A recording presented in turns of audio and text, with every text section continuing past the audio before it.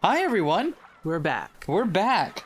So it's been a hot minute since we did our kickoff stream for this, because we had a couple of other things we wanted to get through. But now we're back and ready to go back to Rokkenjima. Before we do that, we're gonna if you didn't know, we are doing this as a blind Let's Play, so we have no idea what any of this stuff is. So every couple episodes, we're gonna take a moment to kind of stop and go through some of our theories and thoughts on Beatrice's epitaph and what else we think might be going on this island. So I'll leave a timestamp on the screen if you want to skip ahead.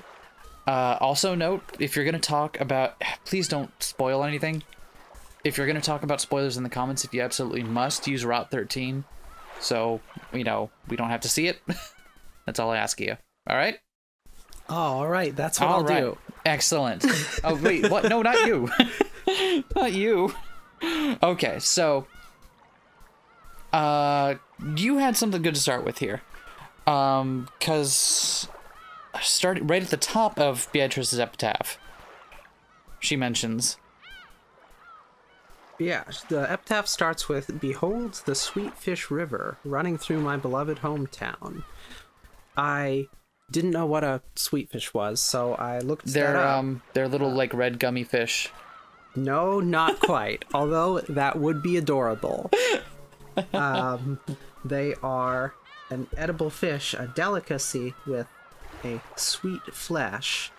Interesting. That's mostly consumed in East Asia.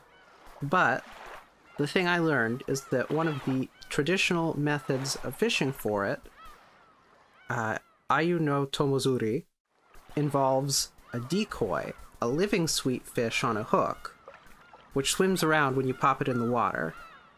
Interesting. And the other sweet fish, they're real territorial, they want to fight it. Yeah. So this provokes their territorial behavior. They try to attack it, and they all get caught.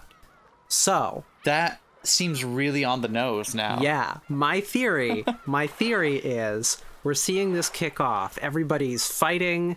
It's deliberate. Someone in the main cast, somebody we've already met, must be an imposter who is here to deliberately stir the shit and get everyone at each other's throats, potentially up to and including murder. Yeah. We'll see. That's about all I got so far. Oh, that's really... I hear that in Tisiphane's voice now. Yeah. Every time. Because I've been playing too much Hades. That would seem like a really cool lead. My only thought was that in the middle of the epitaph, it contains a lot of things to do on, like, the first night, the second night, whatever. What really interested me is that it used I believe it's ordinals, right? Mm-hmm. Ordinals. And one of the things that the game took very heavy pains to establish was that there is a definite hierarchy amongst the cast. They have numbered positions. I don't know how that's going to... I don't know how that'll play in, but that's definitely not an insignificant detail.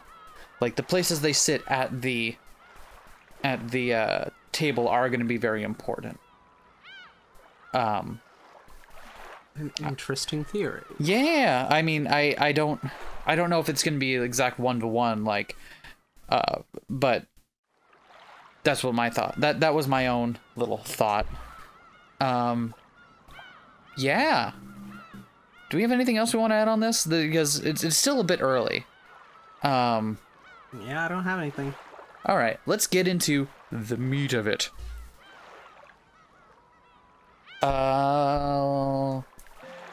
Hit that start button. Yeah.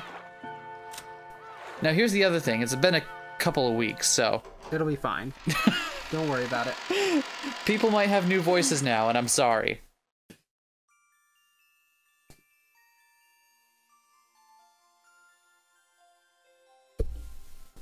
Wow, cool beach.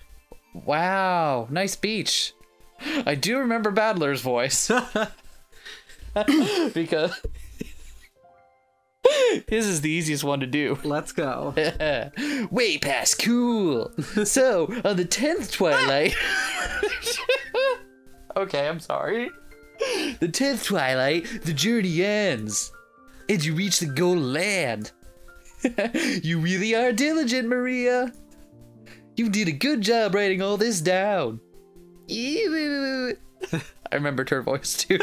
I forget a lot, so I always write things down. Oh, I wonder if she has like that ADHD thing that I sometimes get, where it's hard to focus on things and you forget things frequently. Mama told me to. There was a notebook inside the handbag Maria was always carrying around. She is 9, remember this. And Beatrice's epitaph was copied onto it. You might also copy it onto, say, a notepad.txt file. Thanks to that, we were all able to challenge the puzzle of the epitaph while walking down this beach. Jessica and the rest had already tried to solve it several times, and had already gotten bored with it. However, since this was the first for me, I was so excited that I couldn't stop. It really tickled my sense of adventure. Also, Battler's inner monologue is much more deep-voiced as well. Let's start with the first line. Excuse me. Behold, the Sweetfish River running through my beloved hometown. Where was grandfather's hometown again? Wait, what voice did we give her? I heard that before the war, the Ushiromiya family had a mansion near Odawara, which makes you want to know which Sweetfish River flows through Odawara, right? Yeah, because that river would be the starting place. Anyone searching for the Golden Land would head down and search down that and search for the key. What's this river in Odawara? Does it have sweetfish swimming in it? If you're looking for sweetfish in Odawara, it would have to be Hayakawa. It's famous for its mountain stream fishing. Also, Battler, you're kind of a dipshit if you think we didn't think of all this the first time around. Like, you're the new one here, okay? Any of these theories we're gonna have thought of already. Ew. I hate fish. Maria, you'll understand when you get a bit older. Lick, lick, lick, salty roasted sweet fish. Yummy. Ayu. That's the name of the sweet fish. Even though we just ate, I'm getting hungry again. Oh, you're here as well, I guess. If I remember correctly, I voiced her, and she was a heavy smoker, and then she gave up smoking partway through the stream. If you want to go for it again, go for it. Shall I bring you a biscuit? I see you took out you kept up with your smoking habit, huh? Actually, I think I'm gonna give it up again. It hurts my throat a lot. Fair enough. What? I wanted to see the character spread here. Her name is Shannon. Shannon and Cannon. Shannon and Cannon. Why does her maid outfit have that thigh-high slit? Why not? It's got buckles. She can buckle it. Because that's where her tattoo is. That's important. Jessica. George! I forgot that was his name. George. And Maria. Okay, there we go. Huh? Oh, sorry. That's not what I meant. Don't mind it. Oh, right. My inner monologue is much more. Shannon was faithfully keeping us company since she didn't have any afternoon chores for a while. I would have thought that since she's a servant, accompanying us would force her to take care of us and tire her out, but that didn't seem to be the case for her. On the contrary, she seemed to enjoy joining in on a conversation with people close to her age. When I asked, I heard that she was the sort of worker whose room and board were supplied by her employer. So, normally the only person close to her in age was Jessica. Yeah, I can imagine how that might be pretty dull. Wow, rude. Shots fired in my inner monologue. Okay, so I get that the Sweetfishfield River near Odawara is Hayakawa. In that case, we gotta go down it. Do you find anything if you head down Hayakawa River? Oh, you quit smoking again. That's good for you. If you follow it downstream, you'll arrive at the ocean. Of course, you'd reach the mouth of the river. And the third line up at the top was, as you travel down it, you'll see a village. By the way, since long ago, the mouths of rivers have been key points of transportation, and large cities tend to be built there. Thank you. I don't know why I'm talking like Wikipedia now. That would be the next checkpoint. You say, who you dumb bitch, like we haven't gone over all this already. That's a pretty good theory. Just like you guessed, there's an old city there that was very prosperous in ancient times. That's where Odawara Castle is. I think I might have gone to Odawara Castle on a field trip once. It really was a wonderful castle. Yeah, I also went there. Oh, Jessica. Even though I live in a Western-style house, it's true that Japanese people feel calmer with the Japanese layout. Wow, thank you, Jessica. Didn't we agree that she transitioned? Yes. Yes, excellent. Ew. Castles are boring. There aren't any Koopas in them. Theme parks are better.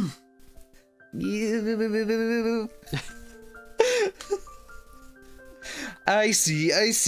Okay. If we find the gold, the great battler-sama will generously reserve a whole theme park for a day and let you play in it. Still, Odawara Castle, huh? The hidden gold of Odawara Castle? Oh, it's actually starting to sound pretty good. Well, we figured out that much 2 years ago. Oh, man. The village down the river where the sweet fish swim in Odawara, we figured it was probably somewhere near Odawara Castle. Also, look at my fangs. I love your fangs. I thought that I have them too. Is this a genetic thing or what? Yeah, sure is. Oh my god, are we vampires? The problem is the next line. Okay, let's see where Battler's strange reasoning can take him. Jessica grinned broadly. She seemed to be implying that she would have solved the puzzle long ago if it was that easy. Damn it. I'll definitely find it and keep it all for myself.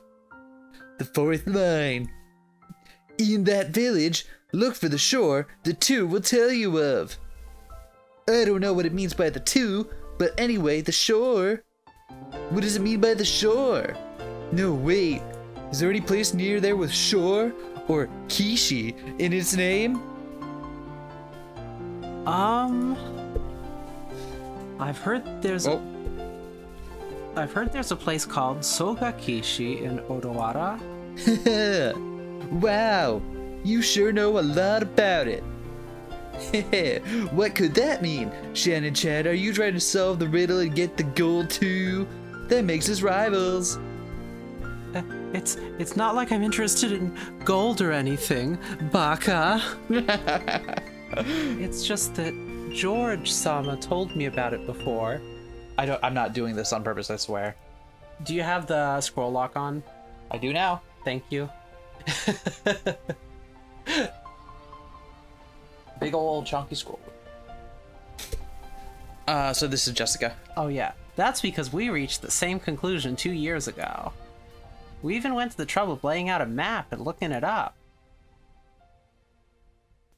It was about 5 kilometers to the north of Odawara. We definitely found a place called Sogakishi there. However, after that we get stuck. The 5th line doesn't say where the key is hidden in that place. Maria-chan, could you read it for us? Thank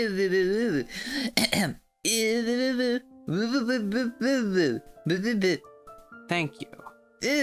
Perfect. There sleeps the key to the golden land. Ew, I can read it.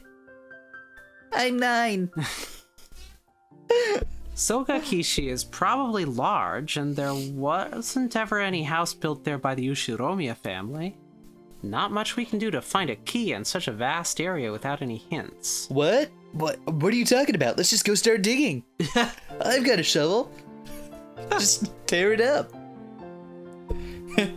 You're right. And without the key, we can't advance to the next line. George Anaki, what kind of place is Sogakishi? Let's see. I've never been there, so I don't really know. But according to the map, it's in the mountains.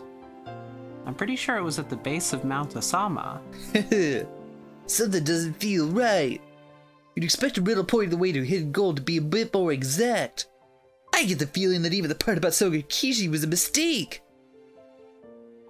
Well, I think it could be Sogakishi. It could be talking about some house that grandfather lived in when he was a kid that we don't know about. After all, the first line mentioned his beloved hometown.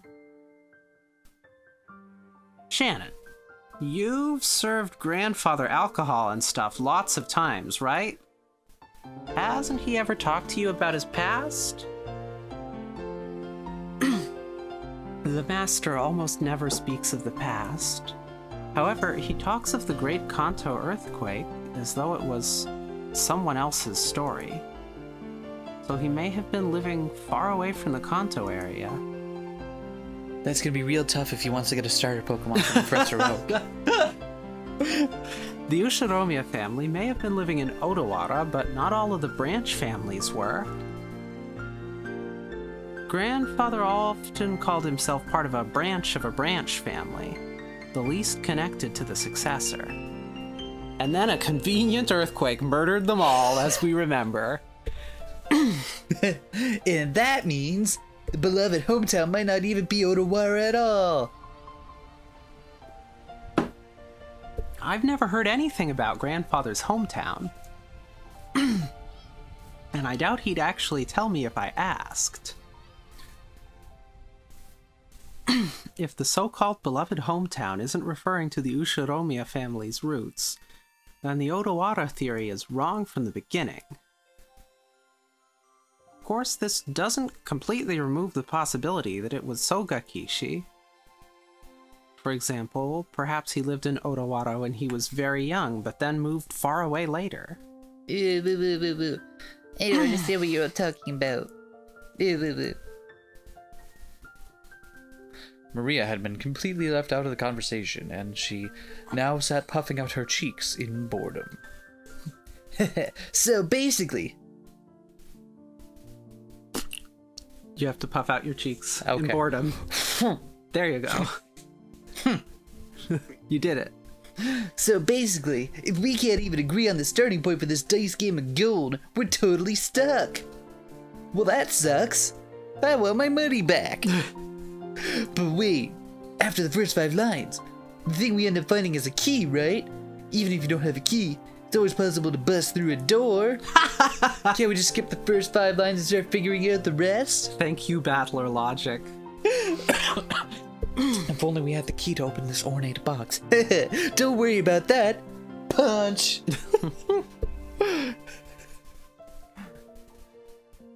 Ooh, I hadn't thought of that. Oh well, we're just wasting time anyway. Let's hear the rest of Battler's reasoning. But in the next part, it gets dark really fast. Shannon-chan frowned slightly, after looking back at Maria's notebook to recall what was written there. Yeah, I was forced to agree.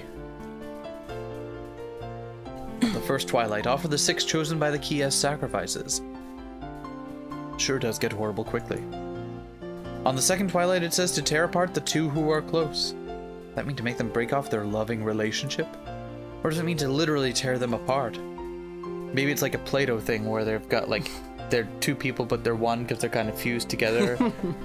Listen, I need you to kind of keep up on your on the Play-Doh if you want to understand these references. I don't know, but either way, it's pretty disgusting. Even if we set that second line aside, it mentions 6 people for the first twilight. Then 5 people for the 4th through 8th twilights. So at least 11 people must be sacrificed. I'm cool with that. They're sacrifices to revive Beatrice. Oh, that's sorry. Oh, wow. I sounded different for a moment there.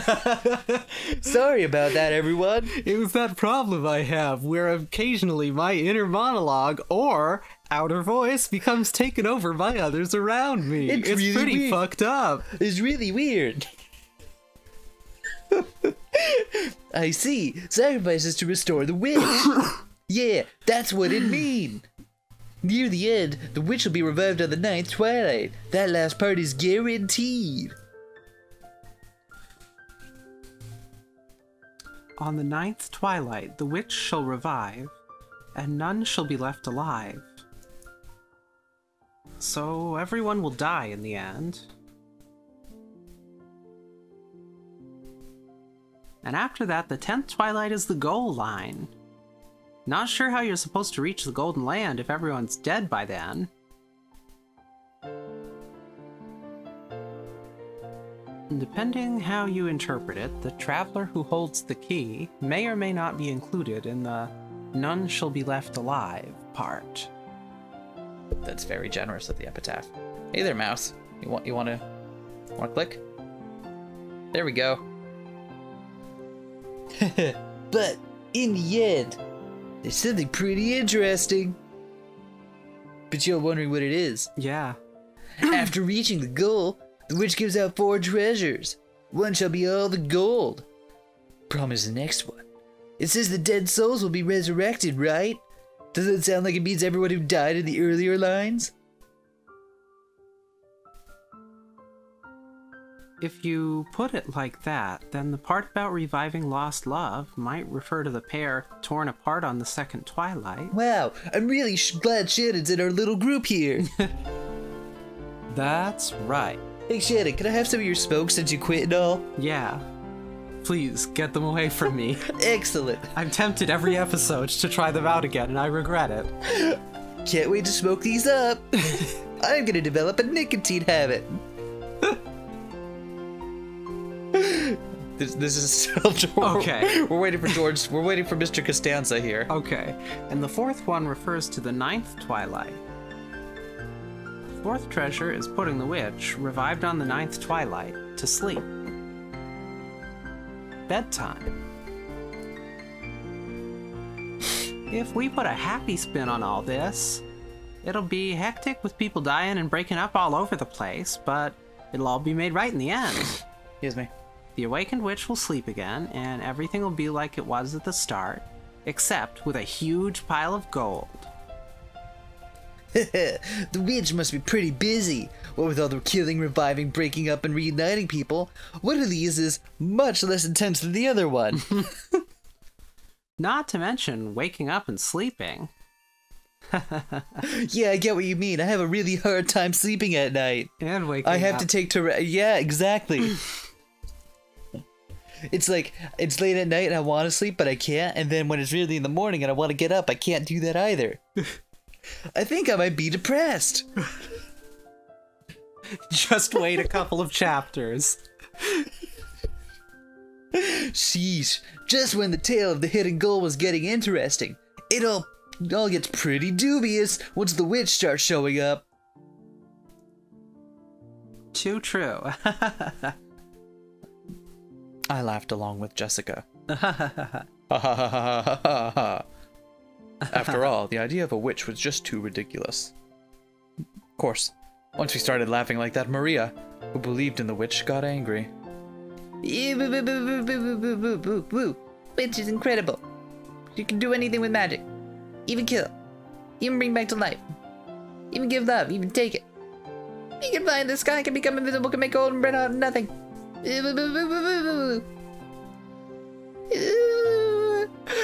I'm not embellishing that evening more. Dang. My bad. We were just joking. Jessica apologized, sticking out her tongue, but Maria didn't accept it. No, cut it off and lay it at my feet, bitch. Oh, that escalated. Oh my god. It's okay, tongues grow back. Wait, what was that scene that... Oh, was that an Old Boy? The tongue thing? Yeah. No, that was in Ichi the Killer, wasn't it? No, he forked his own tongue in Ichi the Killer. I could have sworn it was Ichi the Killer.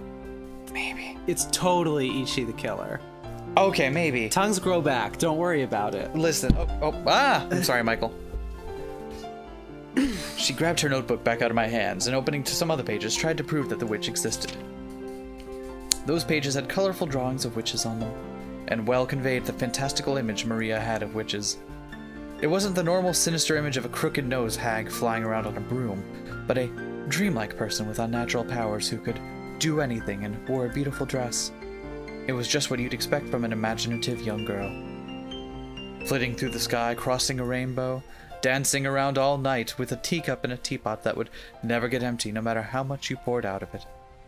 With a flourish of her staff, the stars in the sky would become candy and pour down, and flowers that produced sweets would bud by the roadside.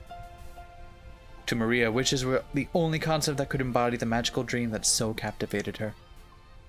As she grew older, it was the last remaining thing that could give richness to her dull and plain everyday life. That's why Maria believed in witches. She didn't want that dream of hers to be tarnished. That's why she didn't want anyone to tarnish the epitaph which affirmed the existence of witches. Because the witch named Beatrice is Maria's dream. To Maria-chan, the epitaph isn't a guide to the hidden gold, but magic to revive the witch. So it was the single link between Maria and the witch. Maria was very angry and clung to George Aniki. Jessica and I scratched our heads and apologized. Oh, witches. It might not be possible to smooth things over again like the time she got mad in front of the portrait. Maria didn't seem willing to be easily consoled. Unlike easily Jessica, consoled. Easily consoled. Unlike Jessica and I, who hung our heads wondering what to do, Shannon-chan timidly opened her mouth. Maria-sama, did you know? There's a ghost story about Beatrice that has been passed down amongst the servants. Yeah, that's right. Shannon, tell us about it. I don't really know, but it's apparently pretty famous among the servants. What's this? A ghost story? Yes. It seems it's a story from before we were born. I also heard about it from my mother. Yes, it has been passed down since the time of the mansion's construction. The servants of that time whispered that the mansion had two masters, one of the day and one of the night. The tale that Shannon told was just like a typical campfire ghost story. If there was a forest with a witch living inside of it, then of course the witch would come pay the mansion a visit from time to time. At some point, this ghost story naturally spread up between the servants. When people do the rounds a second time to check doors, windows, and locks that were supposedly closed, they'd find some of them left open. Lights that were supposed to be off were turned on, and lights that were supposed to be on went out. Things left lying around would disappear, and things would appear when no one had any memory of putting them there. When any of these happened, the old servants would say that the witch had visited the mansion, invisible, and was playing pranks. Teaching this. Beatrice exists. Yeah, she exists. I love Jessica's coy face, like...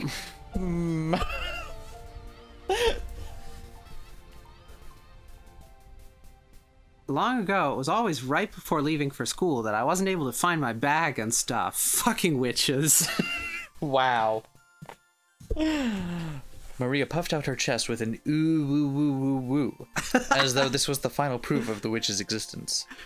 If I opened my mouth, Maria would probably be hurt again, so I did not. Place your bets now on how many episodes it is before one or the other of us gets furiously annoyed with the ooh-woos.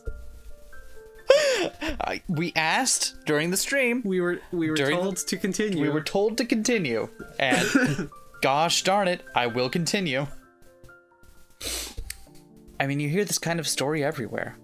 Depending on the place, they might even blame it on a dwarf or an elf. The only difference is that they call it a witch on this island. Of course, walking around a vast, elegant mansion at night would be a little unsettling. It's an island devoid of people. Since the mansion is so drafty, walking around on the night of a thunderstorm would certainly be eerie. In addition, some servants have also seen will-o'-the-wisps and glittering butterflies dancing around. Kennen-kun also saw something like that when he went patrolling one night. And recently, you often hear servants talking about strange footsteps heard inside the mansion near midnight. We've whispered together that the Beatrice-sama in the portrait sometimes makes herself invisible and walks through the mansion. It happened a while ago, but even I have heard footsteps while patrolling at night that resemble these stories. Wow! Whew! That's scary! Ah. But there's nothing to be afraid of. Beatrice-sama is another ruler of this mansion, separate from the master. There's no need to be unnaturally afraid. If you respect her, I hear she won't do anything bad. So I've been told.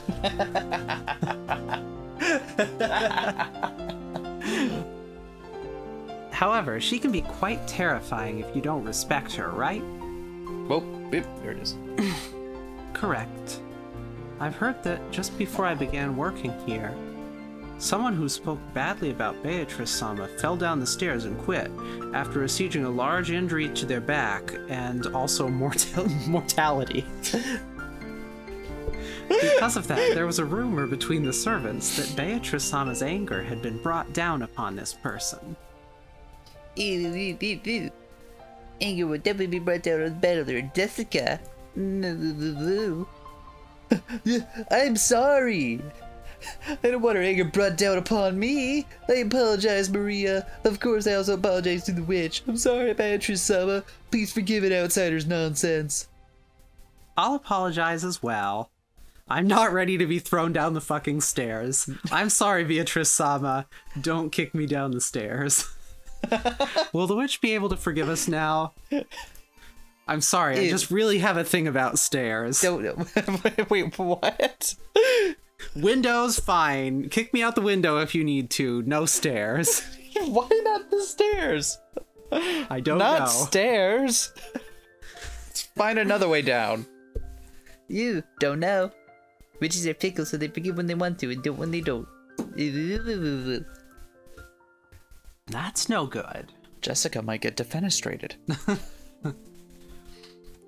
Maria-chan, isn't there some kind of good luck charm that could prevent Battler-kun and Jessica-chan from suffering Beatrice-sama's wrath? Maybe something that can block against magic. By relying on Maria, who was proud of knowing the most about witches, George was trying to revive her self-esteem. Once again, I gotta kinda admire his ability to calm kids down. After taking a moment to cross her arms and seriously ponder whether there might be a charm that could save us, she started flipping through the pages in her notebook. I thought it was just a scribbled diary, but there also seemed to be quite a few pages that looked like they come from a book on black magic. Alright. Maria solemnly considered a group of these pages which contained things that looked like magic circles.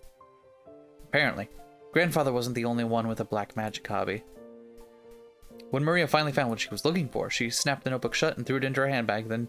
She then began fishing through that bag's contents. There seemed to be various jumbled up things in there. After a while, she took out various pieces of junk, although they were probably important magical items to Maria, and repeatedly threw them back in, saying they were wrong. Wrong. It was all a little humorous, just like when Dora Oman. What? Because they can't say Doraemon. Oh, due right. to copyright. Right. Just like when Doraemon took out the wrong tool. Wait, was that around back in the... What? Was that around back in, what is this, the 80s? Probably. Finally, she seemed to discover what she was looking for. With a face that was unimaginably cheery, when compared to the intense expression she had worn until now. 1970.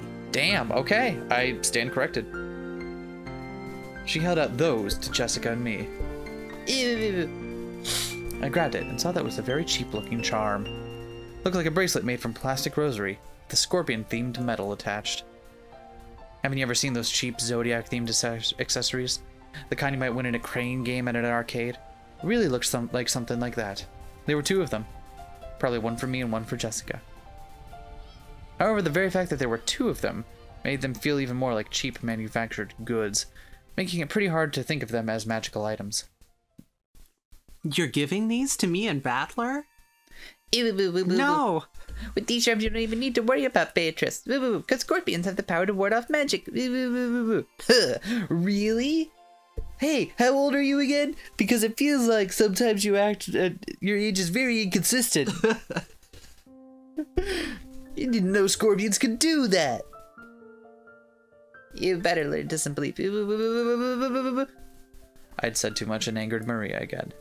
Maria took out her notebook again, pointing out various pages as she went on and on about how the scorpion had such incredible holy power that had been used in magic-repelling magical circles since ancient times. Wait, if it's magical repelling and it's also magical itself, then... It's magic all the way down. I've heard about that from some of the other young servants. I swear, taking care of Maria in this household has got to be its own full-time job. Something about how the scorpion is drawn as a magic-repelling symbol in sorcery. You know, normal things that you learn while cooking and cleaning. Yes, that does sound very normal. Huh, really? Ew. Scorpion protects against bad magic and calamity. Emerald brings peace to the heart. Therefore its effects are twofold. It's true. How come George is completely not getting any of... Then she brought out the charms, Jerry. The scorpion wraps around the emerald and protects it. You gotta have the charms. Yes, that certainly does sound like it'd work well. I can't do a Costanza, I'm sorry. Me neither. I really wanted to make fun of those worthless-looking charms. But as I watched Marie explain with all of her heart and realized that she'd found them for our sakes, I started to feel like it might actually work, even if it was just a prize from some game center. The material quality of the charm didn't matter. What mattered was the strength of her feelings. Even I don't think of myself as the sort of loser who'd laugh at something like that. And I'm pretty much a huge loser. Wait, did I say that last part out loud? Okay, thank you. I apologize to Badger-sama, but even if I do end up getting cursed, I'll be safe now thanks to Maria's charm. Right, Jessica? Yeah, that's right. Thanks, Maria. I wonder how much of this game is going to be us placating Maria. Ew, all of it. I'm a main character.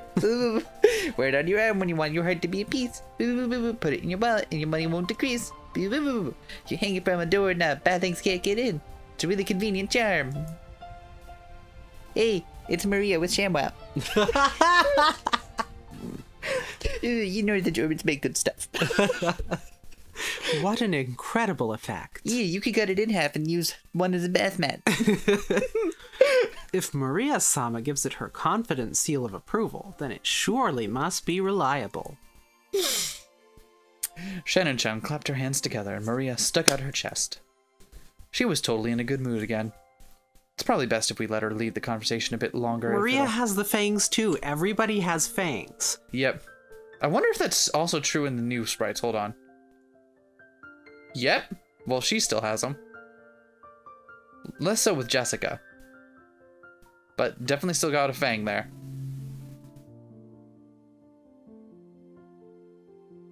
God. The new art is gonna fucking kill me. Oh, I can't. I think this is... Didn't we determine this was specifically the Steam art? Yeah. Yeah. Oh, that...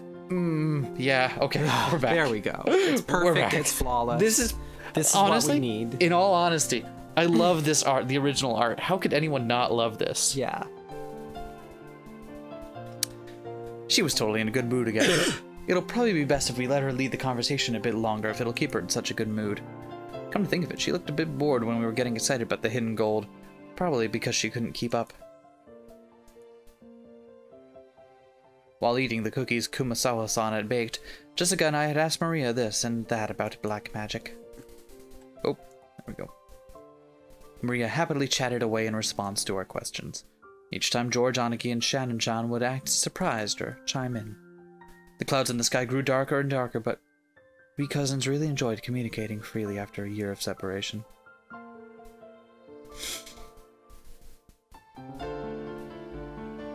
And did I just feel a drop on my forehead? Oh, my bad. Huh? I wonder. As George Aniki rubbed his forehead, he looked up at the sky. Considering the color of the sky and the dampness of the air, it wouldn't have been odd for a raindrop to hit him. The wind also seemed to have grown a bit stronger. I didn't feel a drop. Only I did. Don't worry, neither did I. Anyway, I'm sure it'll rain so much tonight that everyone will get to feel plenty of raindrops. Wait, does Battler have the fang in the new art? No. Why? That's a different guy. That's a different guy. That's literally a different guy. That is a different guy cosplaying as Battler. Yeah, like, this is way too suave. Like, I can't imagine Battler not being a huge Dorcas. Yeah. Right? Yeah. He's a huge dork cosplaying as someone who's... At least that's my headcanon. That's right. Maybe we should head back soon. Shannon-chan looked down at her watch. It was probably well into the evening by now. Is it already time for you to return to your work? Yes. Thank you very much for allowing me to enjoy some time together with you all. Tell Kumasawa-san thanks for the cookies. Okay, everyone, help out with cleanup. Shannon-chan declined our help, saying this was a servant's job, but picking up dropped forks before the waitress has to is pretty much my purpose in life. We folded up the blanket, gathered up the trash, and helped clean everything up. Ew, boo, boo! Trash is getting away! Ooh! I won't let it escape! I'll grab it before Maria does! Ew, I'll grab it! Maria! Don't get your shoes wet, you'll get in trouble. To Maria, chasing after some trash sent flying by the powerful winds was just another game. By the time we finished, the wind was blowing pretty strongly. Probably a good time to head back. You've all helped me out a lot. Thank you very much. It looks like you're really out of time. It's okay if you head back first. George Aniki perceived from her hurried appearance that very little of her free time was left. Genji-san's very strict about time. If you don't show up where you're supposed to be at the right time, I bet he'll be pissed. Pissed, I say. Pissed! We'll see you later. I said pissed! Do your best with your work. Yes. Then if you will excuse me. Later. Whoa, what's in these things? Wow, I think it's time I quit smoking. I know, right? After making a respectful bow, Shannon-chan ran towards the rose garden. Okay, let's head back to the guest house. We can watch TV or something and relax a little. Maybe play some board games. Wanna watch TV? Then it's decided. Let's all head back and watch TV together.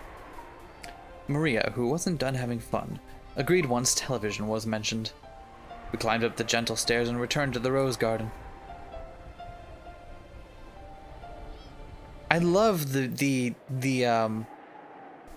very heavily filtered photographs in the background. Yeah. So much character. Yeah. The wind had grown very strong, and roses shook throughout the garden like ripples on the water. So it might be our last chance to see these beautiful roses.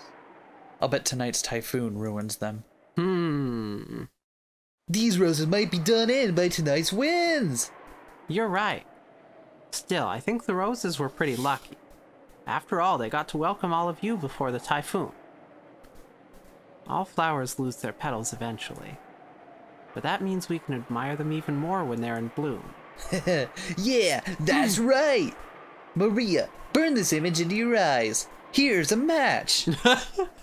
At this moment, they're the best roses of the year. Ew. Burn in the eyes. Ah! Right then, Maria suddenly clapped her hands. It looked like she'd remembered something. Ew, my wrist. Typhoon was under flying. Ew. Oh, you mean that sad-looking rose George Aniki marked with a ribbon? Maria apparently remembered where the rose was. She ran at full speed. The rest of us followed her. Where was that again? I'm sure it was somewhere around here. We searched everywhere around that area, but it was only a single flower among all of these roses, after all. Even though we knew it was somewhere close by, we weren't able to find it. The winds making up the typhoon's front lines made roses throughout the garden undulate. It was almost like it was teasing us by making the location of Maria's rose impossible to find. Maybe it wasn't here. I just need to remember what does George look like. Okay, He's more friend-shaped in the original. yeah, exactly. It's like, I definitely see George as, like, a really friendly guy. Like, oh, man. I don't like... his new one isn't as offensive as some of the other ones. Yeah. I will say that. Oh. Let's try spreading out a bit in our search. Sounds good. Let's go for strength in numbers. Huh? What's up, Maria? Whoa. As we made up to split and search, Maria tugged on my jacket with an unhappy face.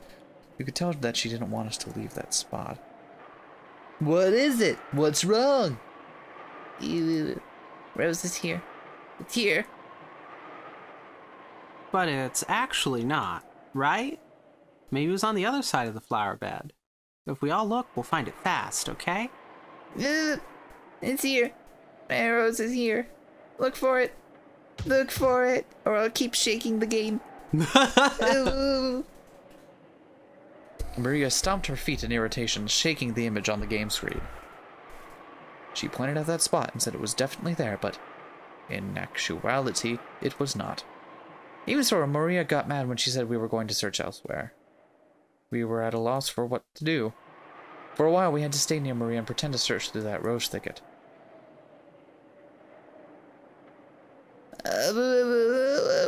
Not here. Not here. Not here. Maybe she's saying that it should be here, but isn't. I mean, she is 9 years old. It's very strange that she can't communicate to us in perfectly coherent sentences at that age. I mean, she can. She just chooses not to most of the time. Yeah, we've heard her when she's going on about black magic and stuff. That's true. Maybe she's just like, nah, fuck it. Y'all ain't worth it. Maria became increasingly irritated. Oh man, Maria's really losing her temper. Sometimes Maria starts to really care about really pointless stuff. If she gets what she wants, that's okay, but you can't find something that isn't there. That's not good. Just when we were at a loss of what to do, Maria called out in a loud voice. Mama. We could see Aunt Rosa in the direction that Maria was waving her hand. Maybe she wanted to look at the garden one more time before the typhoon came. Or maybe she had some business at the guest house. Aunt Rosa was coming from the mansion. She quickly noticed her daughter's voice and came over. My, what? Oh, wait. Who voiced me? Was it me? I think it was you, me. yeah. My, what happened, everyone? Are you looking for something? Ooh, look for it. Mama, you look for my rose too. Ooh. Your rose? We found an unhealthy rose around here and marked it. We tied a candy wrapper around it, but Maria, if I remember correctly, it was growing right in front and really stood out, didn't it? Unless it grew legs and ran off somewhere, it must have been somewhere else. Maybe you remembered it wrong. Ew. It's here. Ooh, it's here. Peddler doesn't believe. Ew. How many times do I have to tell you to stop saying ooh, ooh, before you'll understand? Christ! Mama will look for it, so shut up. Ooh, oh. Poggers. Champ. Am I doing it right? Yes. I'd never seen Aunt Rosa be anything other than kind and gentle, so her anger surprised me a bit. Was she the one that got kicked out of the meeting? Or no, it wasn't her. No, it was the other lady. Yeah, sorry, it's been a little while, so we might be a bit fuzzy on some of the details, but It'll be fine. Aunt Rosa began searching as well, so we went along with her for the time being. But we were already more than sure it wasn't around here. So it didn't take long for Aunt Rosa to realize that, too. The rose isn't here. Did you mistake this place for somewhere else? There are so many roses around. Ew. Ew. That's wrong. It is here.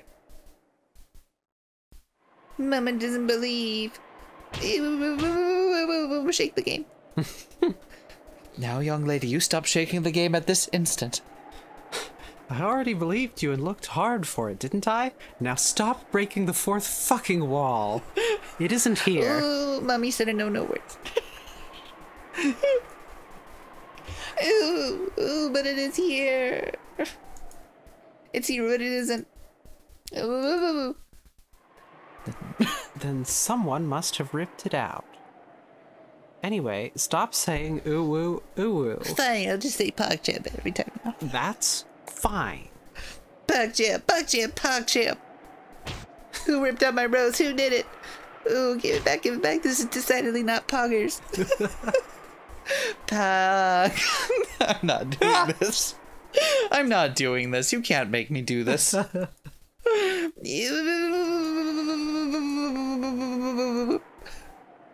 How should I know? Stop it. Stop saying ooh woo, ooh woo. Aunt Rosa slapped Maria's left cheek with her palm. You didn't slap Maria's left cheek. That's my right cheek. That's also my right cheek. No, it isn't. I'm sorry I have trouble telling right from left. It's okay. Sometimes you just gotta put out the hands and be like, right. Every time. Yep. In that instant, Maria was shocked into silence. Of course, it was only for an instant. When Maria realized that her wish was being rejected, she started yelling even louder. Left hand spells L. Right hand spells L. L. Wait. No one can see you do that. I would like to point out there was a hilarious somatic component to that joke where Vivian, upon looking at her right hand, flipped it over so the palm was face up, and indeed her thumb and index finger did make an L from that side. Although, the humorous part comes from that is not the natural resting place of one's hand. Normally when one looks at the right hand, it would be the other direction. Like a mirror image of itself.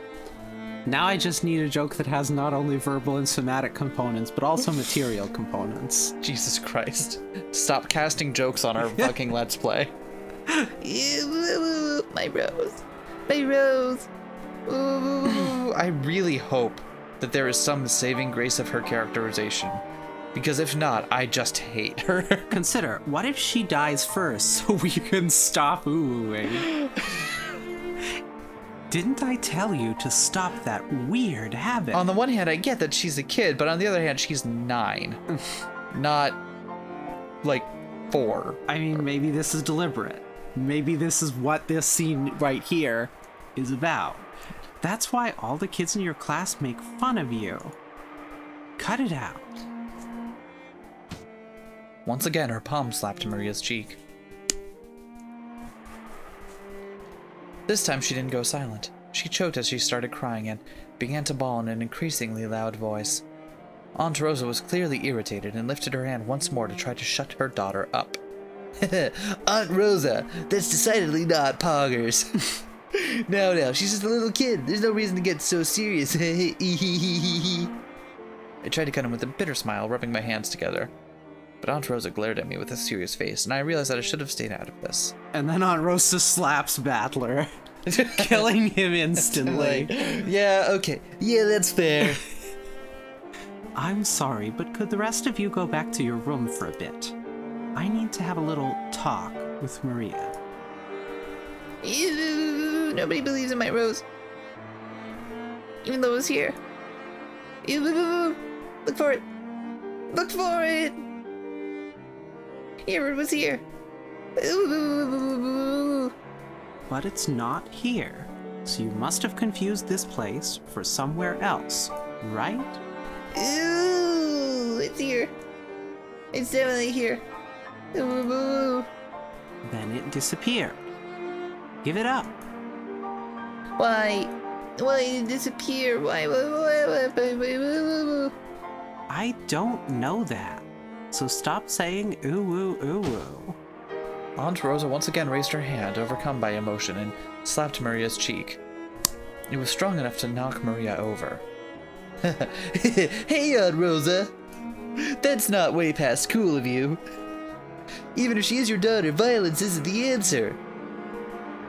I'm gonna tell you how to parent now. Why can't we all just get along? In a few hours, the sun'll be up. There, I did, fucking... There we go.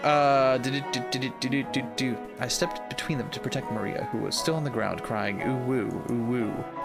I knew that as an outsider, problems between parent and child were none of my business, but I wasn't brought up to just silently observe something like this. Don't you think it's weird, Battler-kun? Are there any girls at your school who mutter ooh woo, ooh woo? Well, I am in high school. But for an elementary schooler, I think saying ooh woo is pretty cute. Cute? Saying ooh woo is cute? Cute! My careless words seemed to have earned me Aunt Rosa's wrath. She grabbed my collar with a terrifying expression. Don't say such nonsense. Do you know how old Maria is? She's 9. She's a 4th grader, not a kindergartner. But she still makes that sound during class. Don't you get it? Do you know what they say about this kid when they bully her? Thanks to this weird habit, she still hasn't made a single friend. Don't turn your eyes from reality and carelessly call Maria cute. Think more seriously about this kid's future. I told you, stop making that sound. Didn't I tell you to stop it? Aunt Rosa struck Maria's quivering head, from which an increasingly unhappy voice was rising. I tried to stop it, but Aunt Rosa pushed me away. My back hit George Aniki. A long time ago, Aunt Rosa also thought of it as nothing more than one of Maria-chan's baby words. But now that it hasn't been fixed even midway through elementary school, she's been worrying about it a lot. How she talks isn't really that big of a deal, right? I mean, have you heard me? She'll never make it as an adult if she's like that. She'll grow up to be like you. So, even though it isn't fun to watch... That, you know what, actually, you know what, fair. So even though it isn't fun to watch, this is a problem between parent and child. Did I mention I suck? I think we all suck here. Well, even if I get chewed out by Mom all the time because of how I talk, even I get chewed out by Mom all the time because of how I talk. When they put it that way, maybe even a scene as painful as this isn't something an outsider like me should butt in on. Battler-kun, when you were a kid, didn't you have any bad habits that you couldn't fix and that got you into trouble? Well, 1 or 2. On Parents' Day once, I kept getting yelled at in front of everyone, and it was embarrassing as all hell. Well then, you can understand how the 2 of them must feel right now. I'm sure they don't want us to be here now. You understand too, don't you, Jessica-chan? I don't think anyone likes to be seen when they're being scolded. Right, so let's just keep standing here. Let's go. We'll return to the guest house. Then, after Maria-chan comes back, let's welcome her as if nothing happened. That's probably for the best, isn't it? Wow. This fucking... No, that's the worst thing to do. This fucking gaslighting bullshit. We thought George Aniki's point was probably a reasonable one. And we may have been eager to use that reasonable sounding argument as a justification to retreat from this heart-rending scene. Jessica and I nodded at George Aniki, and we all left. We called towards Maria, telling her that we were going to head to the guest house, but she didn't seem to hear. We felt sort of guilty and shameless after saying it. In that case, look by yourself as much as you want. Mama doesn't care. Ew! I'll look for it. I'll look for it by myself, even if Mama doesn't care. Have it your way. Burger King? Is it Burger King? Which one is have it your way? McDouble. McDonald's? Have it in a way? I don't remember which one. Which one is have it your way? I don't know, and I don't... No. Think about what you're doing. Think about what you're doing. You are... Okay, you do not need to know. Because Vivian was typing it out in Google. You do not need to know the fast food chain of origin for a random slogan. That is just brain space that you don't need to have, okay? You don't need to know this. It's bad enough that you're like, oh, I have it down to 2. But think about it. Do you need to know the answer to that question? Do you need your brain matter taken up by that? Fine. Have it your way. Damn it. After blasting her with those last few words, Rosa spun on her heels and quickly returned to the mansion. I choose to believe Rosa has Heelys on and did a cool pirouette. 180 and rolled away backwards. Yeah. Maria probably viewed that as a cold gesture meant to injure. That wasn't Rosa's intention. It's because the hand with which she had so emotionally struck Maria's cheek was still numb. It was because if she stayed there screaming, she might again be taken over by her emotions and continue slapping her daughter's cheek over and over. I don't know if we're meant to sympathize with Rosa, but I certainly do not. I don't think we are. After Rosa left, Maria was left alone in the rose garden. The wind began to blow stronger and stronger, and every once in a while a raindrop would fall on her forehead. However, Maria couldn't leave that place. Not until she found that poor, wilting rose. It had definitely been there. Even so, it wasn't. Even though she knew the place and even though it had been there, it wasn't. Maria bitterly stared at the place it was supposed to be and thought frantically. Maybe the angle I'm looking at it from is wrong. Maybe the height I'm looking from is wrong. While gazing at a single point, Maria repeatedly stood up, changed her position, and continued to stare. The wind was getting stronger and stronger, but Maria kept looking for that rose in the front of the flower bed.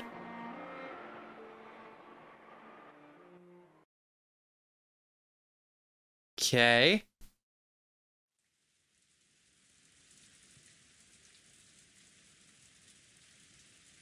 Kinzo noticed the sound of raindrops beating on the window.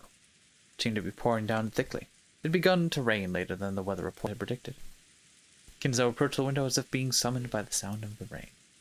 The sound of rain is the sound of silence.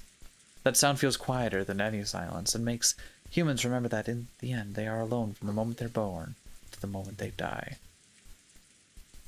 You're late, Beatrice. Wait, did you voice him? I thought so. I thought I voiced him and you voiced the servant guy. Yep. Were those words directed at the rainy sky? There was no one to be seen in the direction of Kinzo's gaze. Well then, let us begin. Let us begin our banquet of miracles. This island has now been cut off from the world. Now there are none who can interrupt my ceremony. There are many fitting sacrifices for you. 4 of my children, 3 of their companions, 4 of my grandchildren, me and my guests, and my servants. You may devour as many as you please. The key of fate will select the sacrifices in accordance with the demon's roulette. If that roulette chooses me, even I will become your sacrifice. However, because of that, because I will bet on such madness, I will most assuredly bring forth a grand miracle. Come, devour to your heart's content. I will achieve victory over that roulette. Yes, I'll put everything on the line. First, I'll return the inheritance of the Ushiromiya family. Accept it.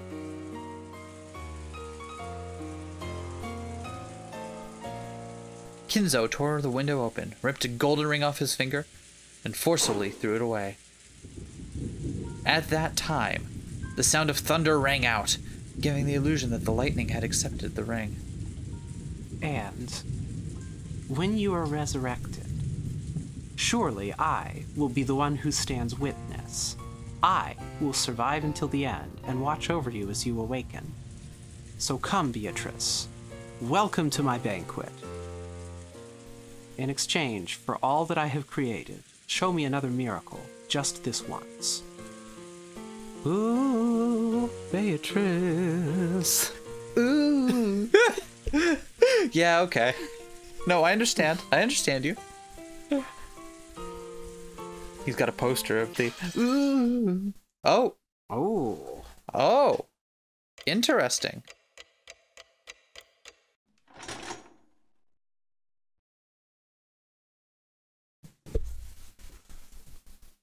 Is that the end of a chapter?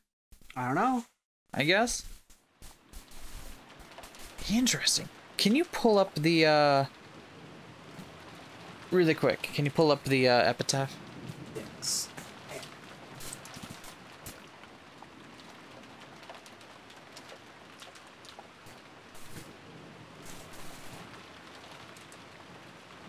All right.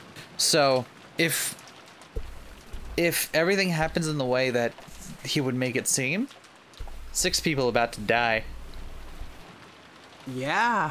Yeah, this is the first Twilight. If our naive and face value interpretation of the epitaph is true. Which it may be. Yeah. I suspect it might not be, but... We'll see. A news ticker popped up on top of the TV program we were watching. The disaster report told how many... The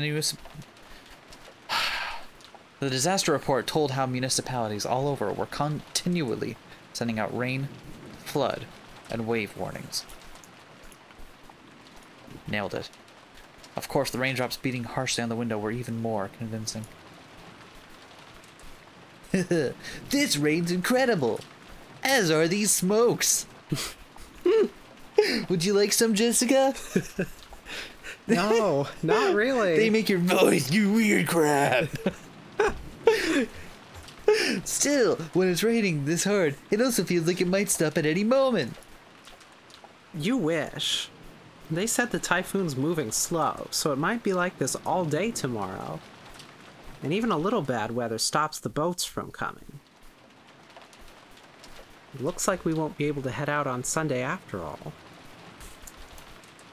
Just in case, I cleared all outside business from my Monday schedule, and I'm glad I did. Which means, looks like we'll get to skip school on Monday. Living on an island starting to sound pretty good.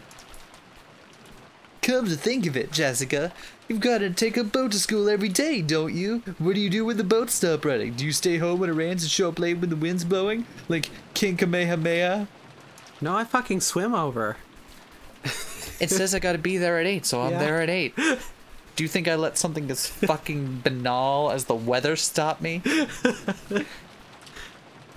If the boats don't come, I stay home. I was gonna say, that's one hell of a commute. If the boats do come, I stay home. Well, alright. Still, it's not as good as it sounds.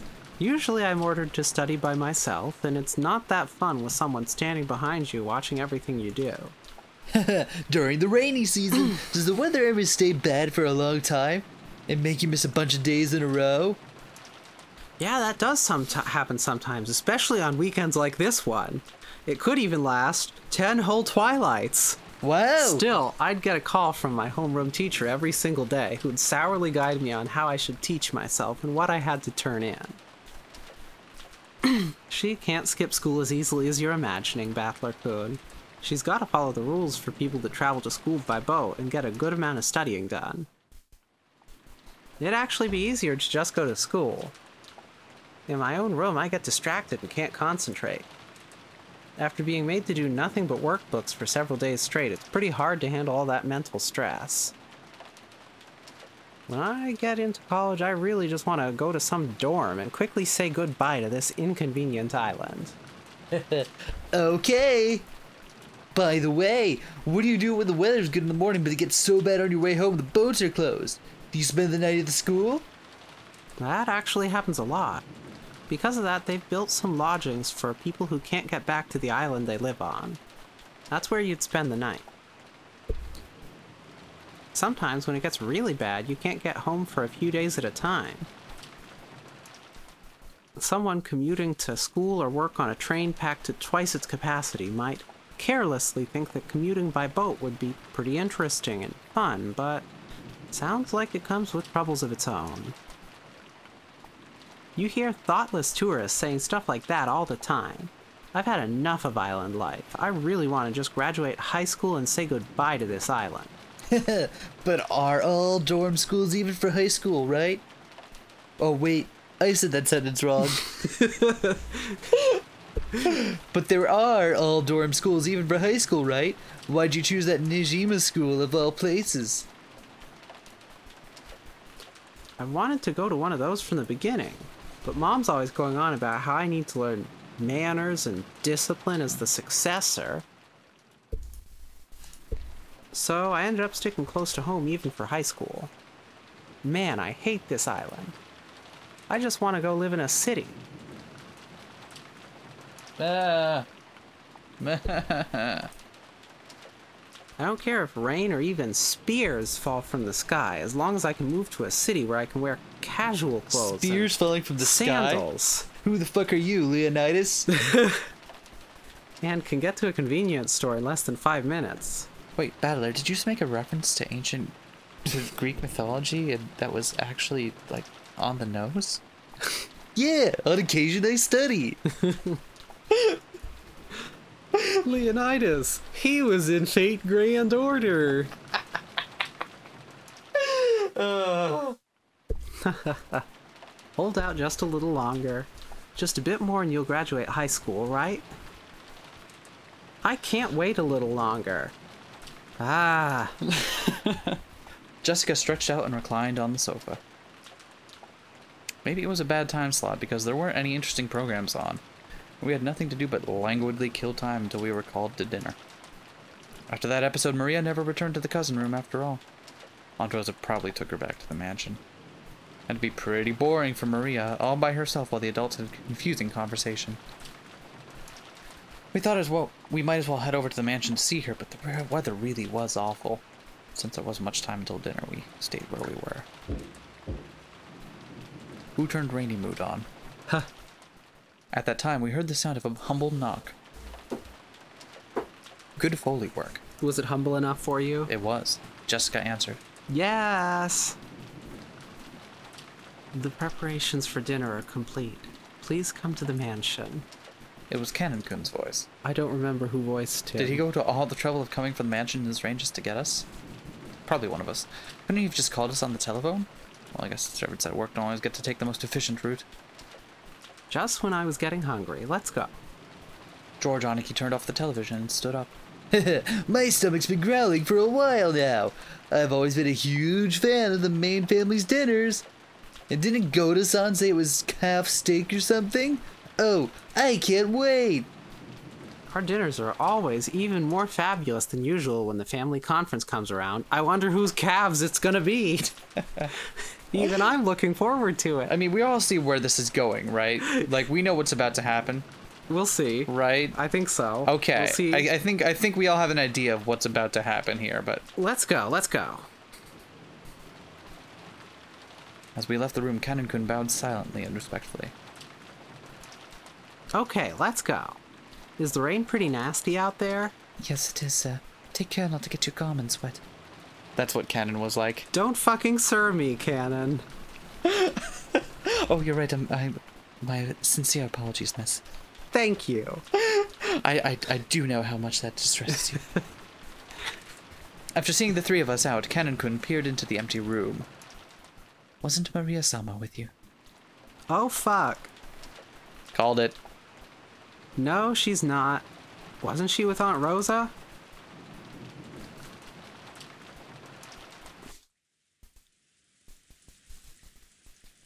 Fucking called it. Rosa was lying on a sofa in the empty parlor, having fallen asleep before she knew it. She was bearing a burden that the children couldn't even imagine.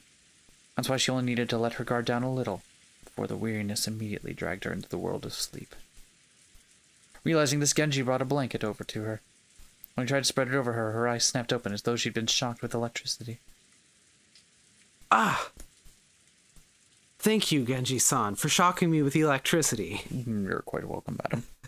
The only thing that wakes me up these days. Well, that's actually moderately distressing to hear, but all right. I know, right?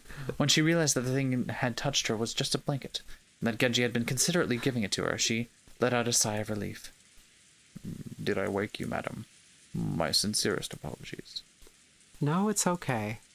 I hadn't planned on sleeping in the first place. You know how that goes. Yes, I do know how that goes. What time is it now? That was a lie. I do not know how that goes. I am a professional servant, and I will be awake at the time I am said to be awake. When he was asked for the time, Genji checked a pocket watch that he took out of his chest pocket. It is slightly after 6 p.m. Rosa gave her head a little shake when she realized that not much time had actually passed, even though it felt like she slept for ages. Even though she didn't feel rested at all, the drowsiness that enveloped her must have been pretty deep. Thank you. I'll be fine without the blanket. I mustn't sleep at such a strange time. My sense of time has been completely thrown off.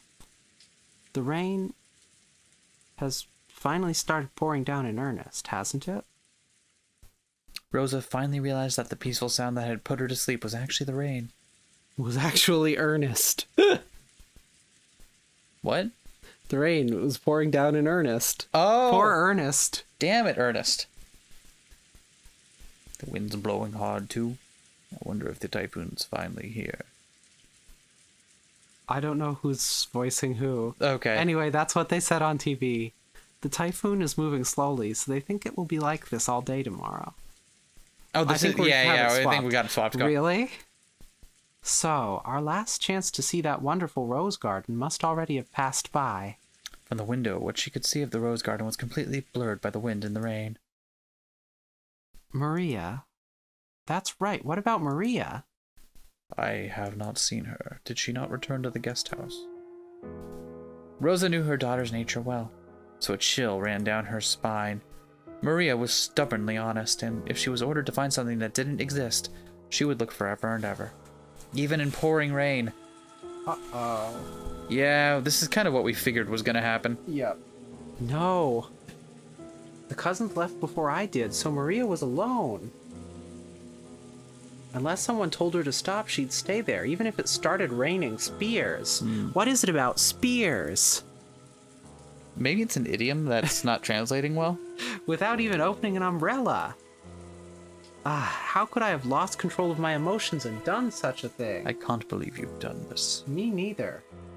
Even though she'd known about Maria's simple honesty better than anyone, she'd once again lost control of her emotions and done something terrible. Maria! Rosa pushed Genji away and ran down the hall.